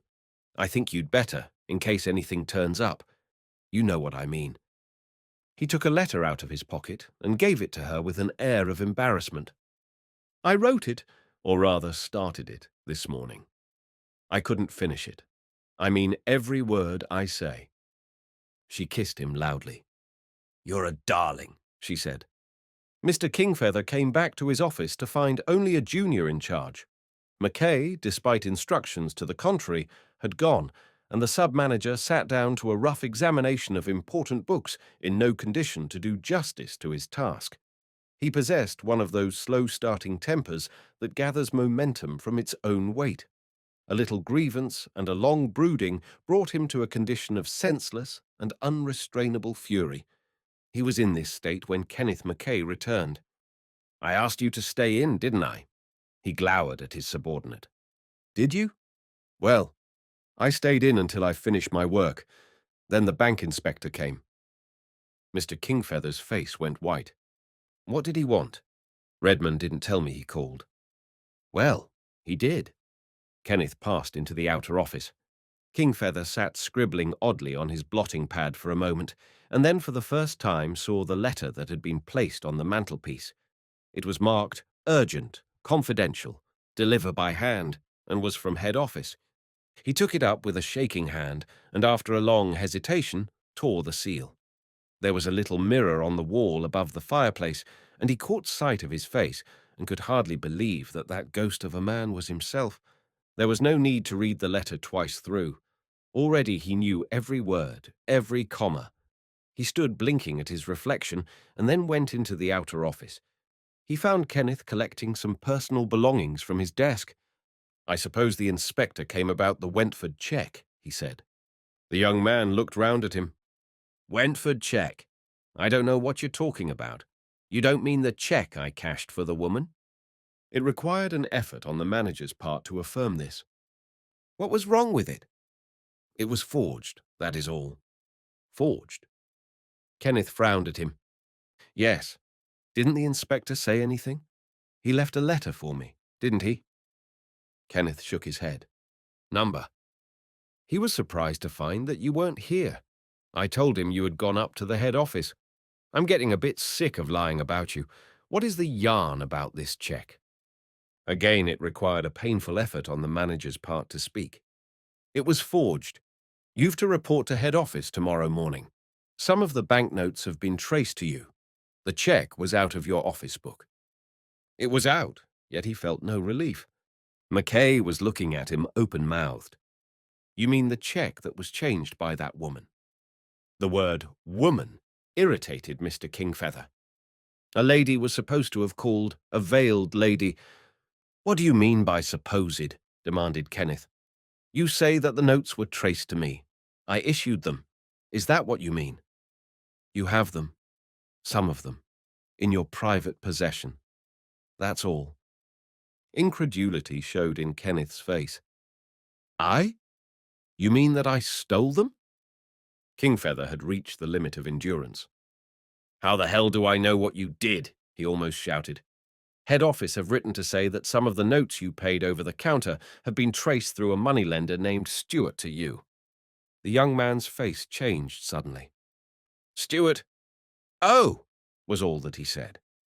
A moment later, he went blundering out of the side door, leaving Mr. Kingfeather to continue his aimless scribblings on his blotting pad. Kenneth reached Marlow just before the dinner hour, and he came into the study where old George McKay was usually to be found, working out his eternal combinations. To Kenneth's amazement, his father greeted him with a smile. Instead of the cards, his table was covered with packages of documents and the paraphernalia of correspondence. "Hello, son. We've had a stroke of luck. The arbitrators have decided in my favor. I knew jolly well I hadn't parted with my rights in the dying process when I sold out, and the company has to pay close on 100,000 back royalties." Kenneth knew of this wrangle between his father and his late company that had gone on through the years, but he had never paid very much attention to it. "That means a steady income for years, and this time I'm going to look after things. Here." He pointed to the grate. The fireplace was filled with half-burnt playing cards. "They've asked me to rejoin the board as chairman. What is the matter, Kenny?" Kenneth was sitting on the opposite side of the table, and his father had seen his face. Briefly, he told his story, and George McKay listened without comment until he had finished. "Wentford, eh? He's going to be a curse to me to the end of my days." Kenneth gasped his amazement. "Did you know him?" Old George nodded. "I knew him all right," he said grimly. "Reader was here this morning." "About me?" asked the other quickly. "About me," said his father. "I rather gathered that he suspected me of the murder." Kenneth came to his feet, horrified. "You? But he's mad. Why should you—" Mr. McKay smiled dourly. "There was quite a good reason why I should murder him," he said calmly. "Such a good reason that I have been expecting the police all the afternoon." Then abruptly he changed the subject. "Tell me about these banknotes. Of course I knew that you had borrowed the money from Stuart, my boy. I was a selfish old fellow to let you do it. How did the money come to you?" Kenneth's story was a surprising one. "I had it a couple of days ago," he said. "I came down to breakfast and found a letter. It was not registered, and the address was hand-printed. I opened it, never dreaming what it contained. Just then I was terribly rattled over Stuart. I thought head office might get to know about my borrowing money. And when I found inside the letter 20 £10 notes, you could have knocked me out." "Was there any letter?" "None. Not even from a friend." "Who knew about your being in debt?" One name came instantly to Kenneth's mind. "You told your Margot, did you? Wentford's niece. His real name was Lynn, by the way. Could she have sent it?" "It was not she who drew the money, I'll swear. I should have known her. And though she was veiled, I could recognize her again if I met her. King Feather's line is that no woman came. He's suggesting that the check was cashed by me. He even says that the check was out of a book which I keep in my drawer for the use of customers who come to the bank without their checkbooks." George McKay fingered his chin, his keen eyes on his son. "If you were in any kind of trouble, you'd tell me the truth, my boy, wouldn't you? All this worry has come through me. You're telling me the truth now, aren't you?" "Yes, father." The older man smiled. "Fathers have the privilege of asking, 'Are you a thief?' without having their heads punched. And most young people do stupid things, and most old people too. Lordy, I once carried £250,000 bank at baccarat. Nobody would believe that, but it's true. Come and eat, then go along and see your Margot." "Father, who killed that man Wentford?" There was a twinkle in McKay's eyes when he answered. "J.G. Reader, I should think. He knows more about it than any honest man should know." Chapter 8. When her visitor was gone, Ina opened the letter he had left with her, read a few lines of it, then threw letter and envelope into the fire. Funny, the sameness of men. They all wrote the same sort of stuff. Raw stuff dressed up poetically. Yet they thought they were being different from all other men. She did not resent these stereotypes of passion, nor did she feel sorry for those who used them. They were just normal experiences. She sat clasping her knees, her eyes alternately on the fire and the sleeping dog. Then she got up, dressed quickly, and going into Gower Street, found a cab. She was set down at a house in a fashionable Mayfair street, and a liveried footman admitted her and told her there was company. There usually was in the early evening. She found 20 men and women sitting round a green table, watching a croupier with a large green shade over his eyes. He was turning up cards in 2 rows, and big moneys, staked in compartments marked on the green table, went into the croupier's well or was pushed with additions to the fortunate winner. The usual crowd, she noted. One pretty girl looked up and smiled, then turned her eyes quickly and significantly to the young man by her side. Ina found the governor in his room. He was smoking alone and reading the evening newspaper when she came in. "Shut the door," he ordered. "What is wrong?" "Nothing much. Only Feathers is a bit worried." She told him why. Mr. Mackfield smiled. "Don't you worry, my pet," he said kindly. "There has been a murder down his way. Did he tell you anything about that?" "I've just been reading about it. I should be surprised if old Reader didn't get to the bottom of it. Clever fellow, Reader. He picked up his newspaper from the floor and his cigar from the ashtray where he had laid it. Rather a coincidence, wasn't it, Ina? Feathers picking on that account. Wentford's? She looked at him thoughtfully. Was it a coincidence? She asked. That is what is worrying me. Did he pick on this poor man's account because he knew that he was going to be dead in a few days? I got a horrible, creepy feeling when he was sitting beside me. I kept looking at his hands and wondering if there was blood on them. Pshaw, said Mr. Mackfield contemptuously. That rabbit. He opened a panel in the wall. It was nothing more romantic than a serving hatch when it was built, and glanced at the gamesters. They're playing for marbles, he said in fine scorn, but they never do play high in the afternoon. Look at Lamontagne, he's bored sick. And certainly the croupier did not look happy. He closed the panel. I suppose you'll be raided one of these days, she said. Sure, he answered easily, but I've got another couple of houses ready for starting. What do you think about Feathers? Will he squeal when they find him out? Like a stuck pig, said Mr. Mackfield. He'll go down for 9 months and get religion. That's the kind of fellow who gives the prison chaplain an interest in life. Ina, I've got a little job for you. She was alert, suspicious. Nothing much. I'll tell you all about it. Shall I open a bottle? Yes, if it's milk, she said. What's the little job and how much does it carry? Would you faint if I said 1,000? He asked, and opened the hatch again, looking through and closing it. Who are you expecting? She asked. All right, don't be rude. No, thousands never make me faint, especially when they're talked about. Now listen. Mr. Mackfield was too good a talker to be brief. He led from a preamble to sections into subsections. 1 minute. He interrupted his explanation to lift the hatch. She saw him bringing it down. Then, unexpectedly, he raised it again. Was it the effect of odd lighting, or had his face changed colour? He dropped the hatch softly and gaped round at her. Who let him in? That doorman has shopped me. Who is it? She asked. He beckoned her to his side, lifting the panel an inch. Stoop, he hissed. Look, that fellow with the side whiskers. Oh, is he anybody? She did not recognize the visitor. Possibly he was a bailiff. He looked hopelessly suburban, like the people who serve writs. They always wear ready-to-wear ties and coloured handkerchiefs that stick out of their breast pockets. Reader! J.G. Reader! She wanted to raise the hatch and look, but he would not allow this. Go out and see what you can do. Wait a bit. He lifted a house telephone and pressed a knob. Who was that fellow? The old fellow with side whiskers. Got a card. What name? Reader? He put down the phone unsteadily. Mr. Mackfield gave small membership cards to the right people. They were issued with the greatest care, and after elaborate inquiries had been made as to the antecedents of the man or woman so honoured. Go and get acquainted. He doesn't know you. Go round through the buffet room and pretend you've just come in.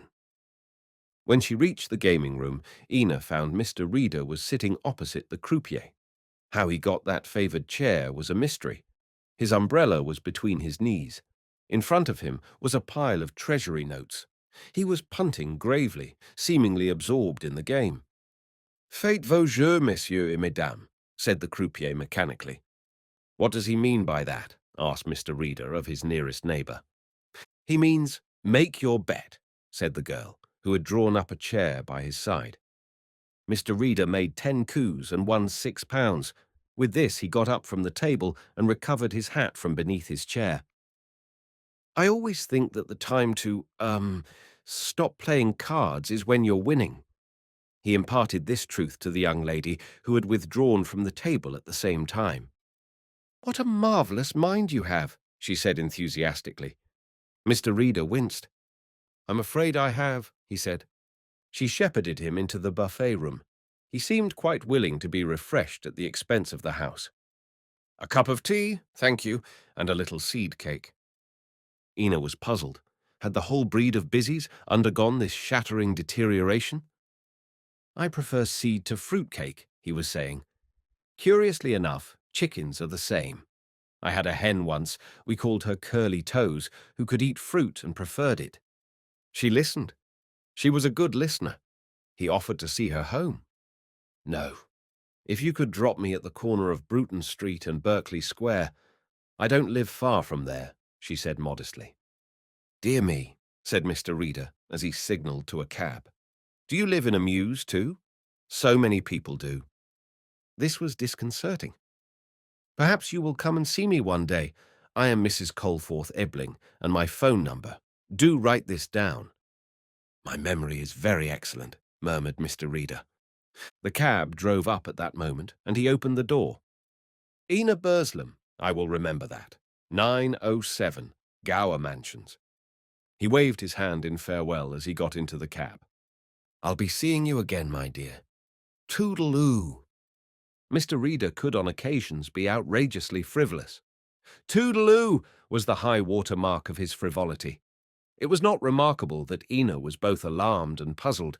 Brighter intellects than hers had been shaken in a vain effort to reconcile Mr. Reader's appearance and manner with Mr. Reader's reputation.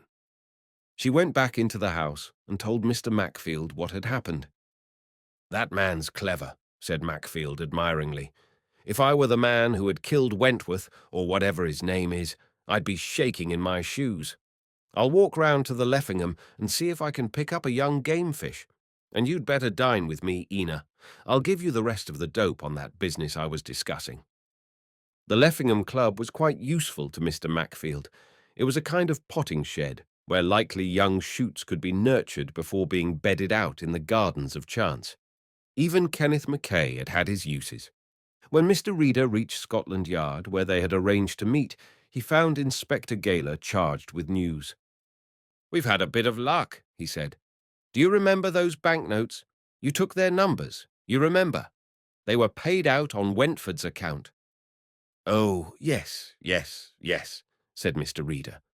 To the veiled lady. Veiled grandmother, said Gaylor.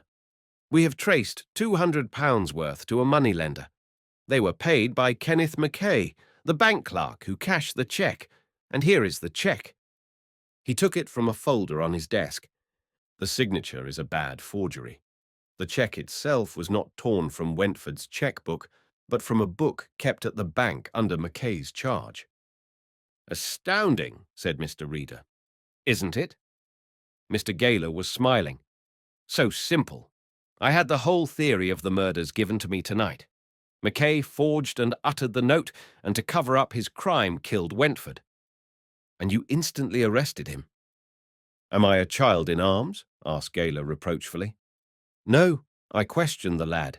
He doesn't deny that he paid the moneylender, but says that the money came to him from some anonymous source. It arrived at his house by registered post. Poor young devil, he's rattled to blazes. What are we waiting for now? A gentleman who wants to open a box, said Mr. Reader mysteriously. Reader releases his mysteries as a miser pays his dentist, said Gaylor to the superintendent. He knows I know all about the case. I admit he's very good and passes on most of the information he gets, but the old devil will keep back the connecting links. Humour him, said the superintendent. Chapter 9. Margot Lynn had spent a wretched and a weary day. The little city office which she occupied, and where she had conducted most of her uncle's business, had become a place of bad dreams. She had never been very fond of her tyrannical relative, who, if he had paid her well, had extracted the last ounce of service from her. He was an inveterate speculator, and had made considerable moneys from his operations on the stock exchange. It was she who had bought and sold on his telephoned instructions, she who put his money into a London bank. Over her head all the time he had held one weapon. She had an invalid mother in Italy dependent on his charity. All day long, people had been calling at the office. A detective had been there for 2 hours, taking a new statement. Reporters had called in battalions, but these she had not seen.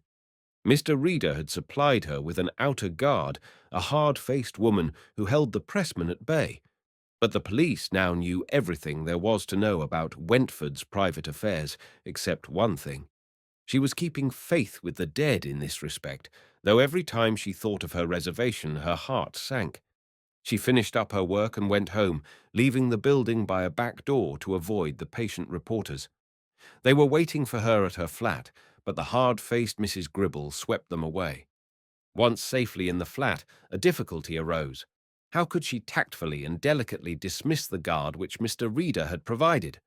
She offered the woman tea, and Mrs. Gribble, who said very little, embarrassed her by making it. "I'm greatly obliged to you and Mr. Reader," she said, after the little meal. "I don't think I ought to take up any more of your time." "I'm staying until Mr. Reader comes," said the lady. Very meekly the girl accepted the situation. Mr. Reader did not come until 10 o'clock. Margot was half dead with weariness and would have given her legacy to have undressed and gone to bed. For his part, he was in the liveliest mood, an astounding circumstance remembering that he had had practically no sleep for 36 hours. In an indefinable way, he communicated to her some of his own vitality. She found herself suddenly very wide awake. "You have seen the police, of course?" Mr. Reader sat on a chair facing her, leaning on the handle of his umbrella, his hat carefully deposited on the floor by his side. "And you have told them everything. It is very wise. The key, now. Did you tell them about the key?" She went very red. She was, thought Mr. Reader, almost as pretty when she was red as when she was white. "The key!" She could fence, a little desperately, with the question, although she knew just what he meant. "At the cottage last night, you showed me 2 keys. One the key of the house, the other, from its shape and make, the key of a safe deposit." Margot nodded. "Yes, I suppose I should have told them that. But Mr. Wentford asked you never to tell. That is why he had 2 keys, one for you and one for himself." "He hated paying taxes," she began. "Did he ever come up to town?" "Only on very wet days and foggy days. I have never been to the safe deposit, Mr. Reader. Anything that is there he placed himself. I only had the key in case of accidents." "What was he afraid of? Did he ever tell you?" She shook her head. "He was terribly afraid of something. He did all his own housework and cooking. He would never have anybody in. A gardener used to come every few days and look after the electric light plant, and Mr. Wentford used to pay him through the window. He was afraid of bombs. You've seen the cage round the window in his bedroom. He had that put there for fear somebody should throw in a bomb whilst he was asleep. I can't tell you what precautions he took. Except myself and the policeman, and once Mr. Enwood the lawyer, nobody has ever entered that house. His linen was put outside the door every week and left at the door. He had an apparatus for testing milk, and he analysed every drop that was left at the house before he drank it. He practically lived on milk. It wasn't so bad when I first went to him. I was 16 then, but it got worse and worse as the years went on." "He had 2 telephones in the house," said Mr. Reader. "That was rather extravagant."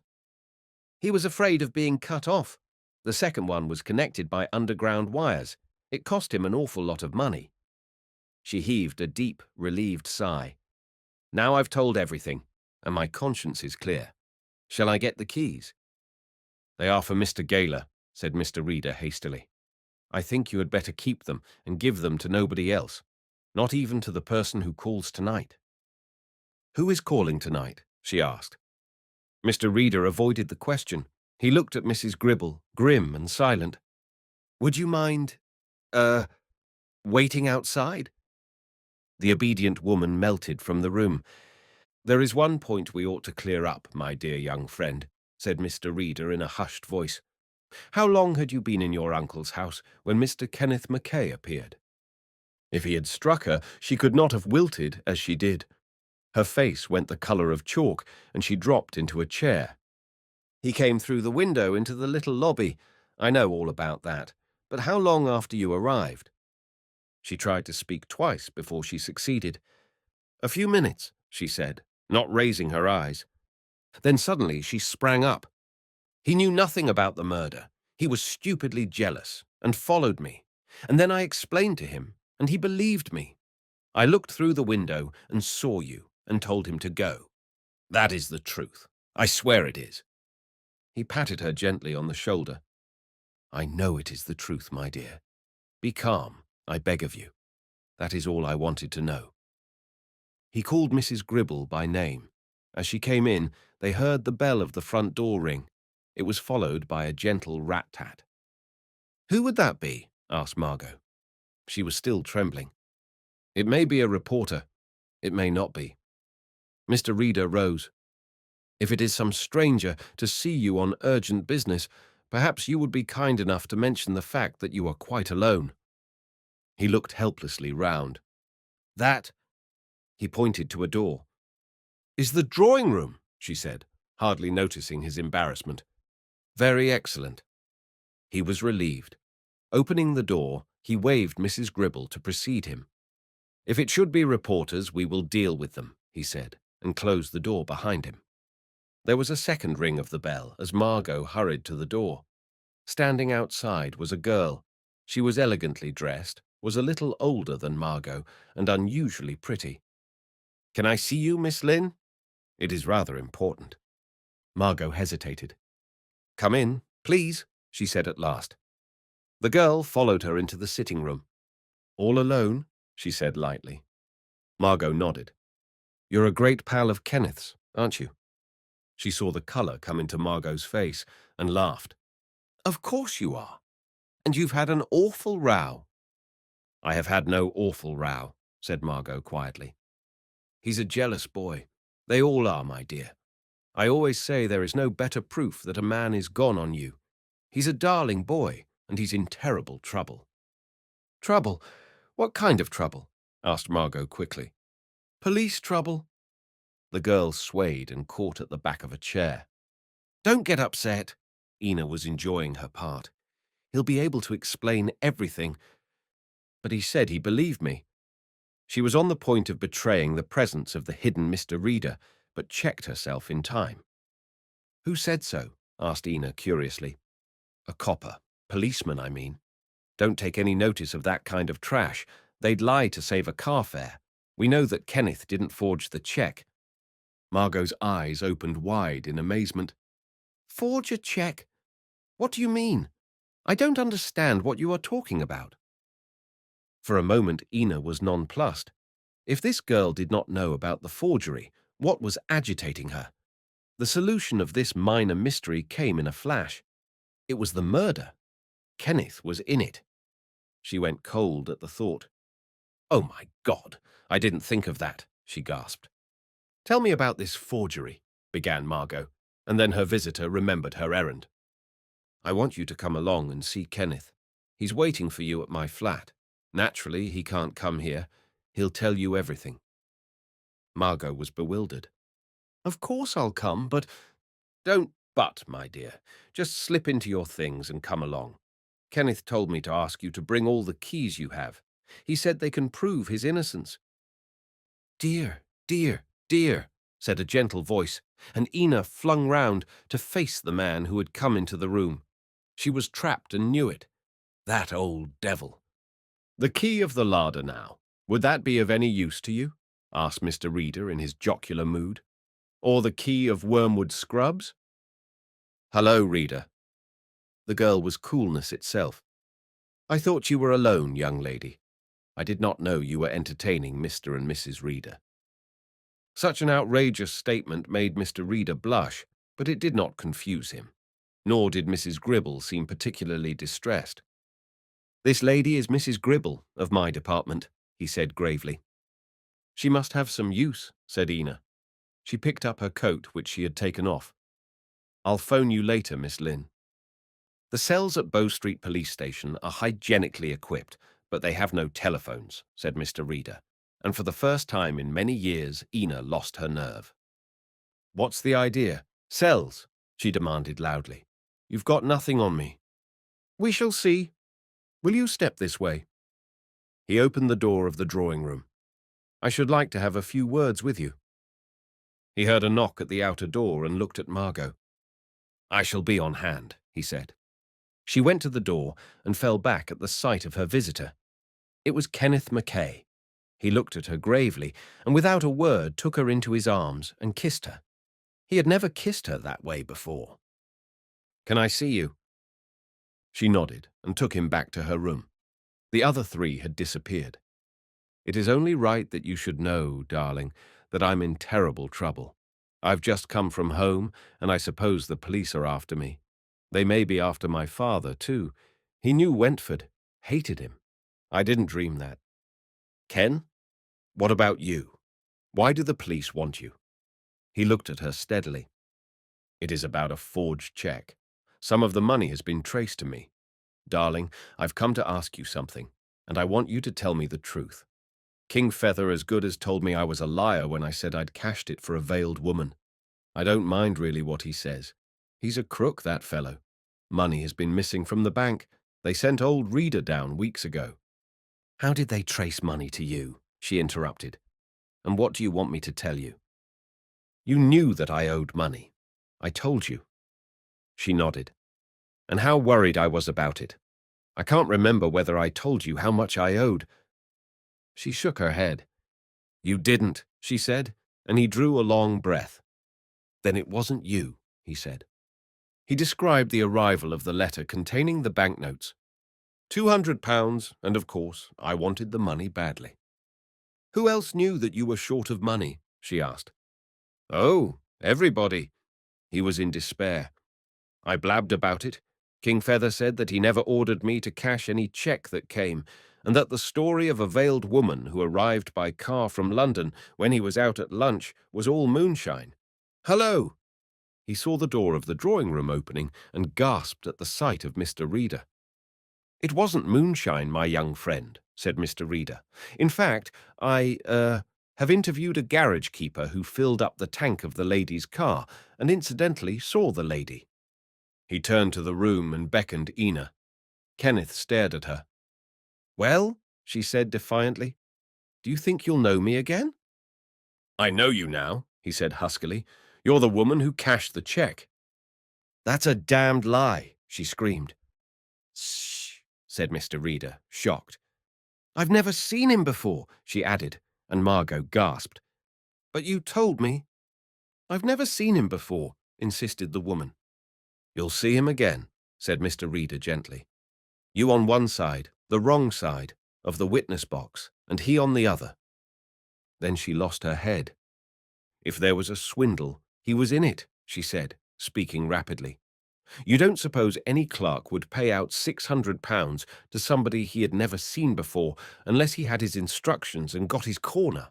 How did I know the cheque was forged? It seemed all right to me." "May it continue to seem all right," said Mr. Reader piously. "May you be consoled through the long period of your incarceration with the, comfort of a good conscience.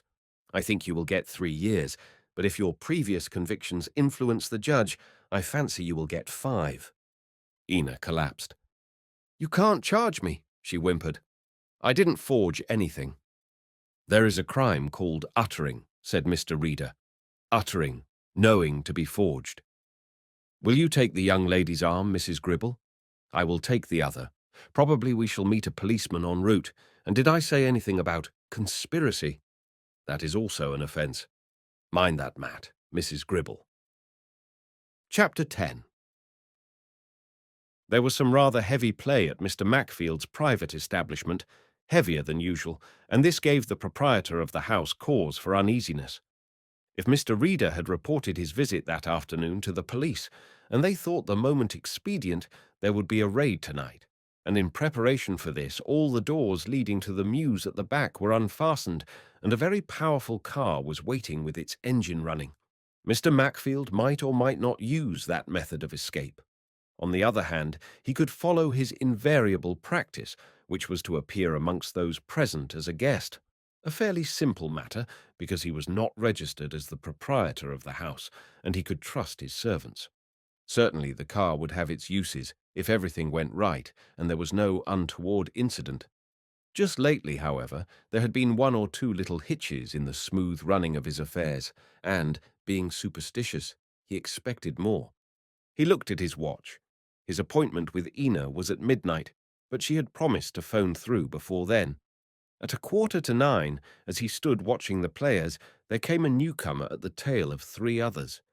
He was in evening dress, as were the majority of people round the board, and he looked strangely out of place in those surroundings, though his blue chin was newly shaved, and his black hair was glossy with pomade, and in the lapel of his coat he wore a dazzling gardenia.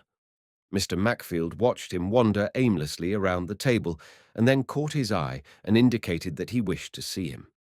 Soon afterwards he walked out of the room, and Mr. Kingfeather followed. "You're rather silly to come tonight, Kay," said Mr. Mackfield. "There's just a chance of a raid. Reader was here this afternoon." The manager's jaw dropped. "Is he here now?" he asked, and Mr. Mackfield smiled at the foolishness of the question. "No, and he won't be coming tonight unless he arrives with a flying squad. We'll keep that bird out at any rate." "Where is Ina?" asked Kingfeather. "She'll be in later," lied Mockfield. "She had a bit of a headache, and I advised her not to come." The bank manager helped himself to a whiskey from a decanter on the sideboard. "I'm very fond of that girl," said Kingfeather. "Who isn't?" asked the other. To me, there was a tremor in the younger man's voice. "She is something outside of all my experience. Do you think she's fond of me, Mackfield?" "I am sure she is," said the other heartily. "But she's a woman of the world, you know, my boy, and women of the world do not carry their hearts on their sleeves." He might have added that in the case of Ina, she carried the business equivalent of that organ up her sleeve, ready for exhibition to any susceptible man, young or old. "Do you think she'd marry me, Mackfield?" Mr. Mackfield did not laugh. He had played cards a great deal and had learned to school his countenance. Ina had 2 husbands and had not gone through the formality of freeing herself from either. Both were officially abroad, the foreign country being that stretch of desolate moorland which lies between Ashburton and Tavistock. Here, in the gaunt convict establishment of Princeton, they laboured for the good of their souls, but with little profit to the taxpayers who supported them and even supplied them with tobacco. "Why shouldn't she? But mind, she's an expensive kind of girl, Kay," said Mackfield very seriously. "She costs a lot of money to dress, and you'd have to find it from somewhere. 500 a year doesn't go far with a girl who buys her dresses in Paris." Kingfeather strode up and down the apartment, his hands in his pockets, his head on his chest, a look of gloom on a face that was never touched with brightness. "I realize that," he said, "but if she loved me, she'd help to make both ends meet. I've got to cut out this business of the bank. I've had a fright, and I can't take the risk again. In fact, I thought of leaving the bank and setting up a general agency in London." Mr. Mackfield knew what a general agency was when it was run by an inexperienced man, an office to which nobody came except bill collectors. He didn't, however, wish to discourage his client. For the matter of that, Kingfeather gave him little opportunity for comment. "There is going to be hell's own trouble about that cheque," he said. "I had a letter from head office. I have to report to the general manager in the morning and take McKay with me. That is the usual course." Such details were distasteful to Mr. Mackfield. He needed all the spare room in his mind for other matters much more weighty than the routine of the great central bank, but he was more than interested in the fate of McKay. Kingfeather came back to Ina, because Ina filled his horizon. "The first time I ever met her," he said, "I knew she was the one woman in the world for me. I know she's had a rough time and that she's had a battle to live, but who am I to judge?" "Who, indeed?" murmured Mr. Mackfield, with considerable truth. And then, pursuing his thought, "What will happen to Mr. Kenneth McKay?" Only for a moment did the manager look uncomfortable. "He is not my concern," he said loudly. "There is no doubt at all that the signature on the cheque—" "Oh, yes, yes," said the other impatiently. "We don't want to discuss that, do we? I mean, not between friends. You paid me the money you owed me, and there was an end to it so far as I am concerned. I took a bit of a risk myself, sending Ina down. I mean, letting Ina go," he corrected, when he saw the look on the other's face. "What about young McKay?" The manager shrugged his shoulders. "I don't know, and I really don't care. When I got back to the bank this afternoon, he'd gone, though I'd left instructions that he was to stay until I returned. Of course, I can't report it. because I did wrong to go away myself, and it was rather awkward that one of our bank inspectors called when I was out. I shall have to work all night to make up arrears. McKay might have helped me. In fact, I told him. Oh, he came back, did he? For 5 minutes, just before 6 o'clock. He just looked in and went out again. That is how I knew the inspector had called. I had to tell this pup about the cheque and the banknotes. By the way, that is a mystery to me how the notes came into his hands at all. I suppose there is no mistake about them. If he was in the habit of coming here, he might have got them from the table. He doesn't come here, does he? Not often?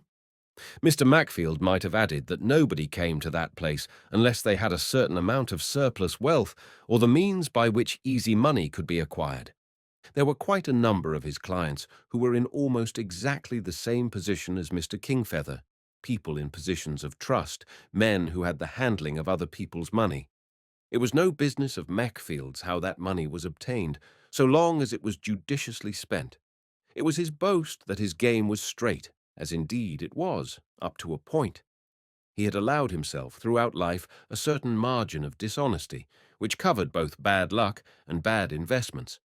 Twice in his life he had gone out for big coups. Once he had failed, the other time he had succeeded but had made no money. He was not persona grata in all the countries of the world.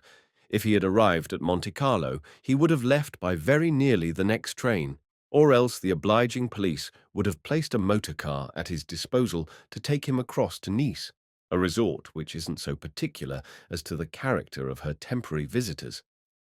I'm sorry for McKay in a way, although he is such an impossible swine, but it's a case of his life or mine, Mackfield. Either he goes down or I go down, and I'm not going down. Nothing wearied Mr. Mackfield worse than heroics, and yet he should have been hardened to them, for he had lived in an atmosphere of hectic drama, and once had seen a victim of his lying dead by his own hand across the green board of his gaming table. But it was years ago. "You'd better slide back to the room," he said. "I'll come in a little later. Don't play high. I've still got some of your papers, dear boy." When he returned to the room, the manager had found a seat at the table and was punting modestly and with some success. The croupier asked a question with a flick of his eyelids, and almost imperceptibly Mackfield shook his head, which meant that that night, at any rate, Kingfeather would pay for his losses in cash, that neither his IOUs nor cheques would be accepted. From time to time the players got up from the tables, strolled into the buffet, had a drink, and departed. But there was always a steady stream of newcomers to take their places. Mr. Mackfield went back to his study, for he was expecting a telephone message. It came at 10:15. A woman's voice said, "Ina says everything is okay." He hung up the telephone with a smile. Ina was a safe bet. You could always trust that girl, and he did not question her ability to keep her visitor occupied for at least 2 hours. After that, he would do a little questioning himself. But it must be he, and not that other fool. There was no sign of raiders. He had special scouts posted at every street corner approaching the house, and a man on the roof, no sinecure this on a night of rain and sleet, to take and transmit their signals in case of danger. If there were a raid, he was prepared for it. More likely the police, following their invariable custom, would postpone the visitation until later in the week. And by that time, if all went well, the house would be closed and the keys in the hands of the agents. Kingfeather was winning. There was a big pile of treasury and £5 notes before him. He looked animated and for once in his life pleased. The bank was winning too. There was a big box recessed into the table, and this was full of paper money, and every few minutes the pile was augmented. A dull evening. Mr. Mackfield would be glad when the time came for his loud-speaking gramophone to play the national anthem. He always closed down on this patriotic note. It left the most unlucky of players with the comforting sense that at least they had their country left to them. He was looking at the long folding door of the room as it opened slowly. It was second nature in him to watch that opening door, and until this moment he had never been shocked or startled by what it revealed. Now, however, he stood dumbfounded, for there was Mr. Reader, without his hat, and even without his umbrella. Nobody noticed him except the proprietor, and he was frozen to the spot. With an apologetic smile, Mr. Reader came tiptoeing across to him. "Do you very much mind?" he asked in an urgent whisper. "I find time hanging rather heavily upon my hands." Markfield licked his dry lips. "Come here, will you?" He went back to his study, Reader behind him. "Now, Mr. Reader, what's the idea of your coming here? How did you get in? I gave strict instructions to the man on the door." "I told him a lie," said Mr. Reader in a hushed tone, as though the enormity of his offence had temporarily overcome him. "I said that you had particularly asked me to come tonight.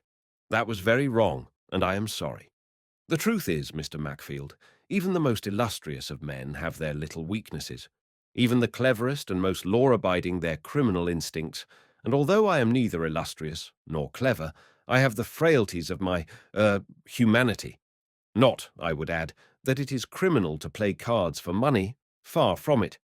I, as you probably know, or you may have heard, have a curiously distorted mind. I find my secret pleasures in such places as these." Mr. Macfield was relieved, immensely relieved. He knew detectives who gambled, but somehow he had never associated Mr. J.G. Reader with this peculiar weakness. "Why, certainly. We're glad to see you, Mr. Reader," he said heartily. He was so glad indeed that he would have been happy to have given this odd-looking man the money wherewith to play. "You'll have a drink on the house. Not," he added quickly, "that I am in any position to offer you a drink. I am a guest, the same as yourself, but I know the proprietor would be annoyed if you came and went without having one. I never drink. A little barley water, perhaps." There was, unfortunately, no barley water in the establishment, but this, as Macfield explained, would be remedied in the future, even now if he wished. Mr. Reader, however, would not hear of putting the house to trouble. He was anxious to join the company, and again, by some extraordinary quality of good luck, he managed to insinuate himself so that he sat opposite the croupier. Somebody rose from their chair as he approached, and Mr. Reader took the vacant seat. He might have taken a chair on the opposite side of the table, for at the sight of him a pallid kingfeather had whipped out his handkerchief and covered the lower part of his face as though he were suffering from a bad cold. Stealthily he rose from his seat and melted into the fringe of people standing behind the players. "Don't let me drive you away, Mr. Kingfeather," said Reader's voice, and everybody heard him. The manager dropped back till he stood against the wall, a limp, helpless figure, and there he remained through the scene that followed. Mr. Reader had produced a bundle of treasury notes, which he counted with great care. It was not a big bundle. Mr. Macfield, watching, guessed he was in the £10 line of business, and certainly there was no more than that on the table. One by one those little notes of Reader's disappeared, until there was nothing left, and then a surprising thing happened. Mr. Reader put his hand in his pocket, groped painfully, and produced something which he covered with his hand. The croupier had raised his cards ready to deal. The game was 30 et 40 when the interruption came. "Excuse me." J.G. Reader's voice was gentle, but everybody at the table heard it. "You can't play with that pack. There are 2 cards missing." The croupier raised his head. The green shade strapped to his glossy head threw a shadow which hid the top half of his face. He stared blandly at the interrupter, the dispassionate and detached stare which only a professional croupier can give. "Pardon?" he said, puzzled. "I do not understand, monsieur. The pack is complete. It is never questioned." "There are 2 cards without which I understand you cannot play your game," said Mr. Reader, and suddenly lifted his hand. On the table before him were 2 playing cards, the ace of diamonds and the ace of hearts.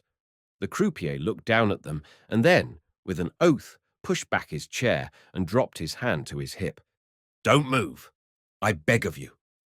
There was an automatic pistol in Mr. Reader's hand, and its muzzle was directed towards the croupier's white waistcoat. "Ladies and gentlemen, there is nothing to be alarmed about. Stand back from the table against the wall, and do not come between me and Monsieur Lamontagne." He himself stepped backward. "Over there," he signalled to Macfield. "Look here, Reader." "Over there," snarled J.G. Reader. "Stand up by your friend. Ladies and gentlemen, he addressed the company again without taking his eyes from the croupier. There will be a few moments of acute unpleasantness. Your names and addresses will be taken, but I will use my best endeavors to avoid police court proceedings because we are after something much more important than naughty people who play cards for money. And then the guests saw strange men standing in the doorway. They came from all directions, from Mr. Macfield's study, from the hall below, from the roof above. They handcuffed Lamontagne and took away the 2 guns he carried, one in each hip pocket. Macfield was unarmed.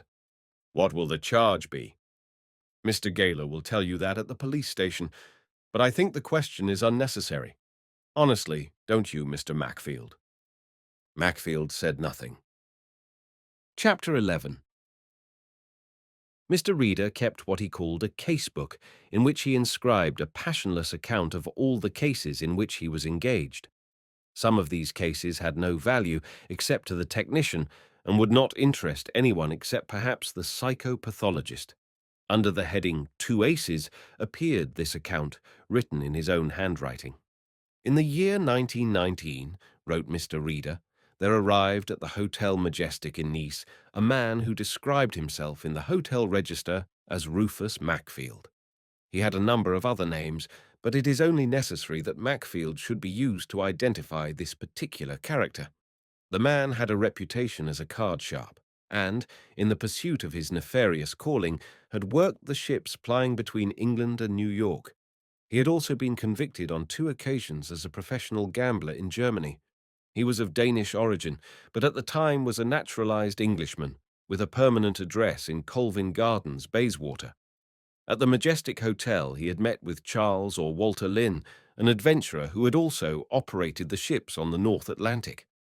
On one of these trips, Lynn had become acquainted with Mr. George McKay, a prosperous woolen merchant of Bradford.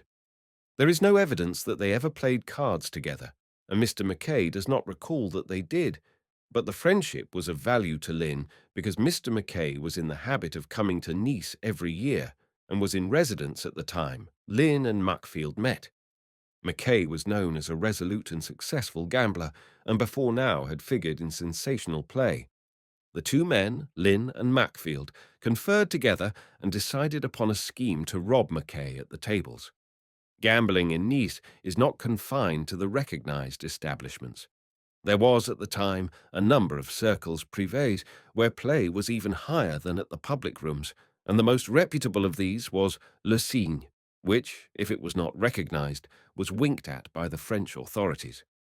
In order to swindle McKay, a patron of this club, it was necessary to secure the cooperation and help of an official. Lynn's choice fell upon a young croupier named Lamontagne, and he in turn was to suborn 2 other croupiers, both of whom it was intended should receive a very generous share of the money. Lamontagne proved to be a singularly pliable tool. He had married a young wife and had got into debt and was fearful that this should come to the ears of the club authorities. An interview was arranged in Lyons. The scheme was put before the croupier by Lynn, and he agreed to come in, taking a half share for himself and his 2 fellow croupiers, the other half being equally divided between Lynn and Macfield. Lynn apparently demurred at the division, but Macfield was satisfied with his quarter share, the more so as he knew Mr. McKay had been winning very heavily, and providing he had the right kind of betting, there would be a big killing. The game to be played was baccarat, for McKay could never resist the temptation of taking a bank, especially a big bank. It was very necessary that arrangements should be hurried on before the merchant left the south of France, and a fortnight after the preliminaries, Lamontagne reported that everything was in trim, that he had secured the cooperation of his comrades, and it was decided that the coup should be brought off on the Friday night. It was arranged that Lynn should be the player, that after play was finished the conspirators should meet again at Lyons, when the loot was to be divided. The cards were to be stacked so that the bank won every 3rd coup. It was arranged that the signal for the conspirators to begin their betting was to be the dealing of 2 aces, the ace of diamonds and the ace of hearts. Somebody would draw a 6 to these, and the banker would have a natural, which means, I understand, that he would win.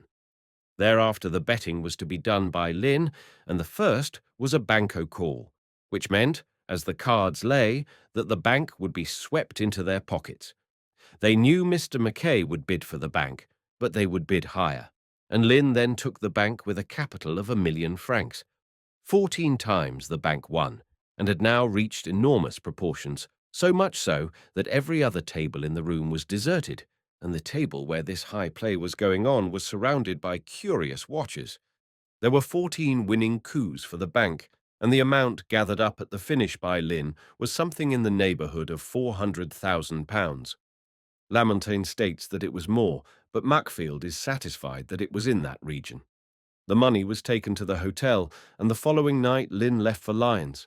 He was to be joined the next day by Mackfield, and on the Sunday they were to meet the croupier in Paris and pay him his share. The night that Lynn left, however, one of the officials of the rooms made a statement to his chef. He had lost his nerve, and he betrayed his comrades. Lamontagne, with the other croupier, was arrested on a charge of conspiracy, and Mackfield only got away from the south of France by the skin of his teeth. He journeyed on to Lyons and arrived there in the early hours of the following afternoon. He hoped that no news of the arrests would have got into the papers and scared his partner, and certainly he did not wire warning Lynn. When he got to the hotel, he asked for his friend, but was told that he had not arrived, nor had he made reservation of the rooms which had been agreed upon. From that moment he disappeared from human ken, and neither Mackfield nor any of his friends were able to trace him. It was no accident, it was a deliberate double cross. Mackfield played the game as far as he was able, and when Lamontagne was released from prison and came to Paris, a broken man, for his young wife had died while he was in jail, he helped the croupier as well as he could, and together they came to England to establish gaming houses, but primarily to find Lynn and force him to disgorge. There was another person on the track of Lynn.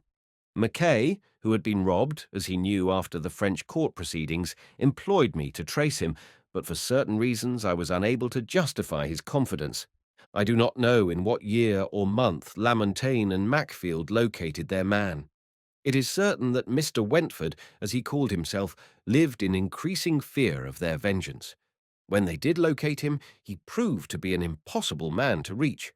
I have no doubt that the house was carefully reconnoitred, his habits studied, and that attempts were made to get at him. But those attempts failed.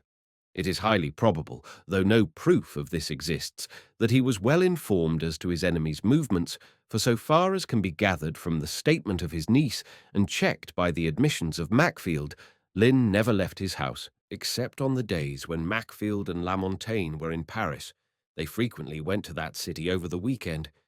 It was Lamontagne who formed the diabolical plan which was eventually to lead to Wentford's death.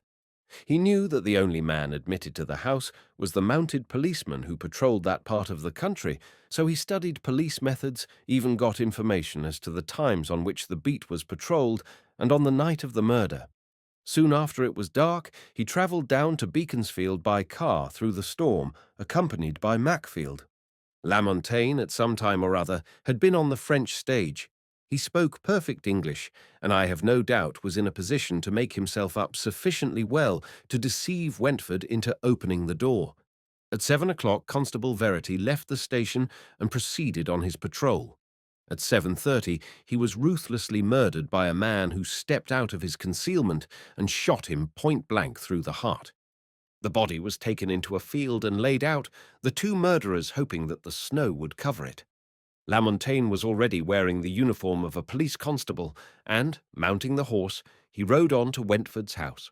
The old man saw him through the window, and, suspecting nothing, got down and opened the door.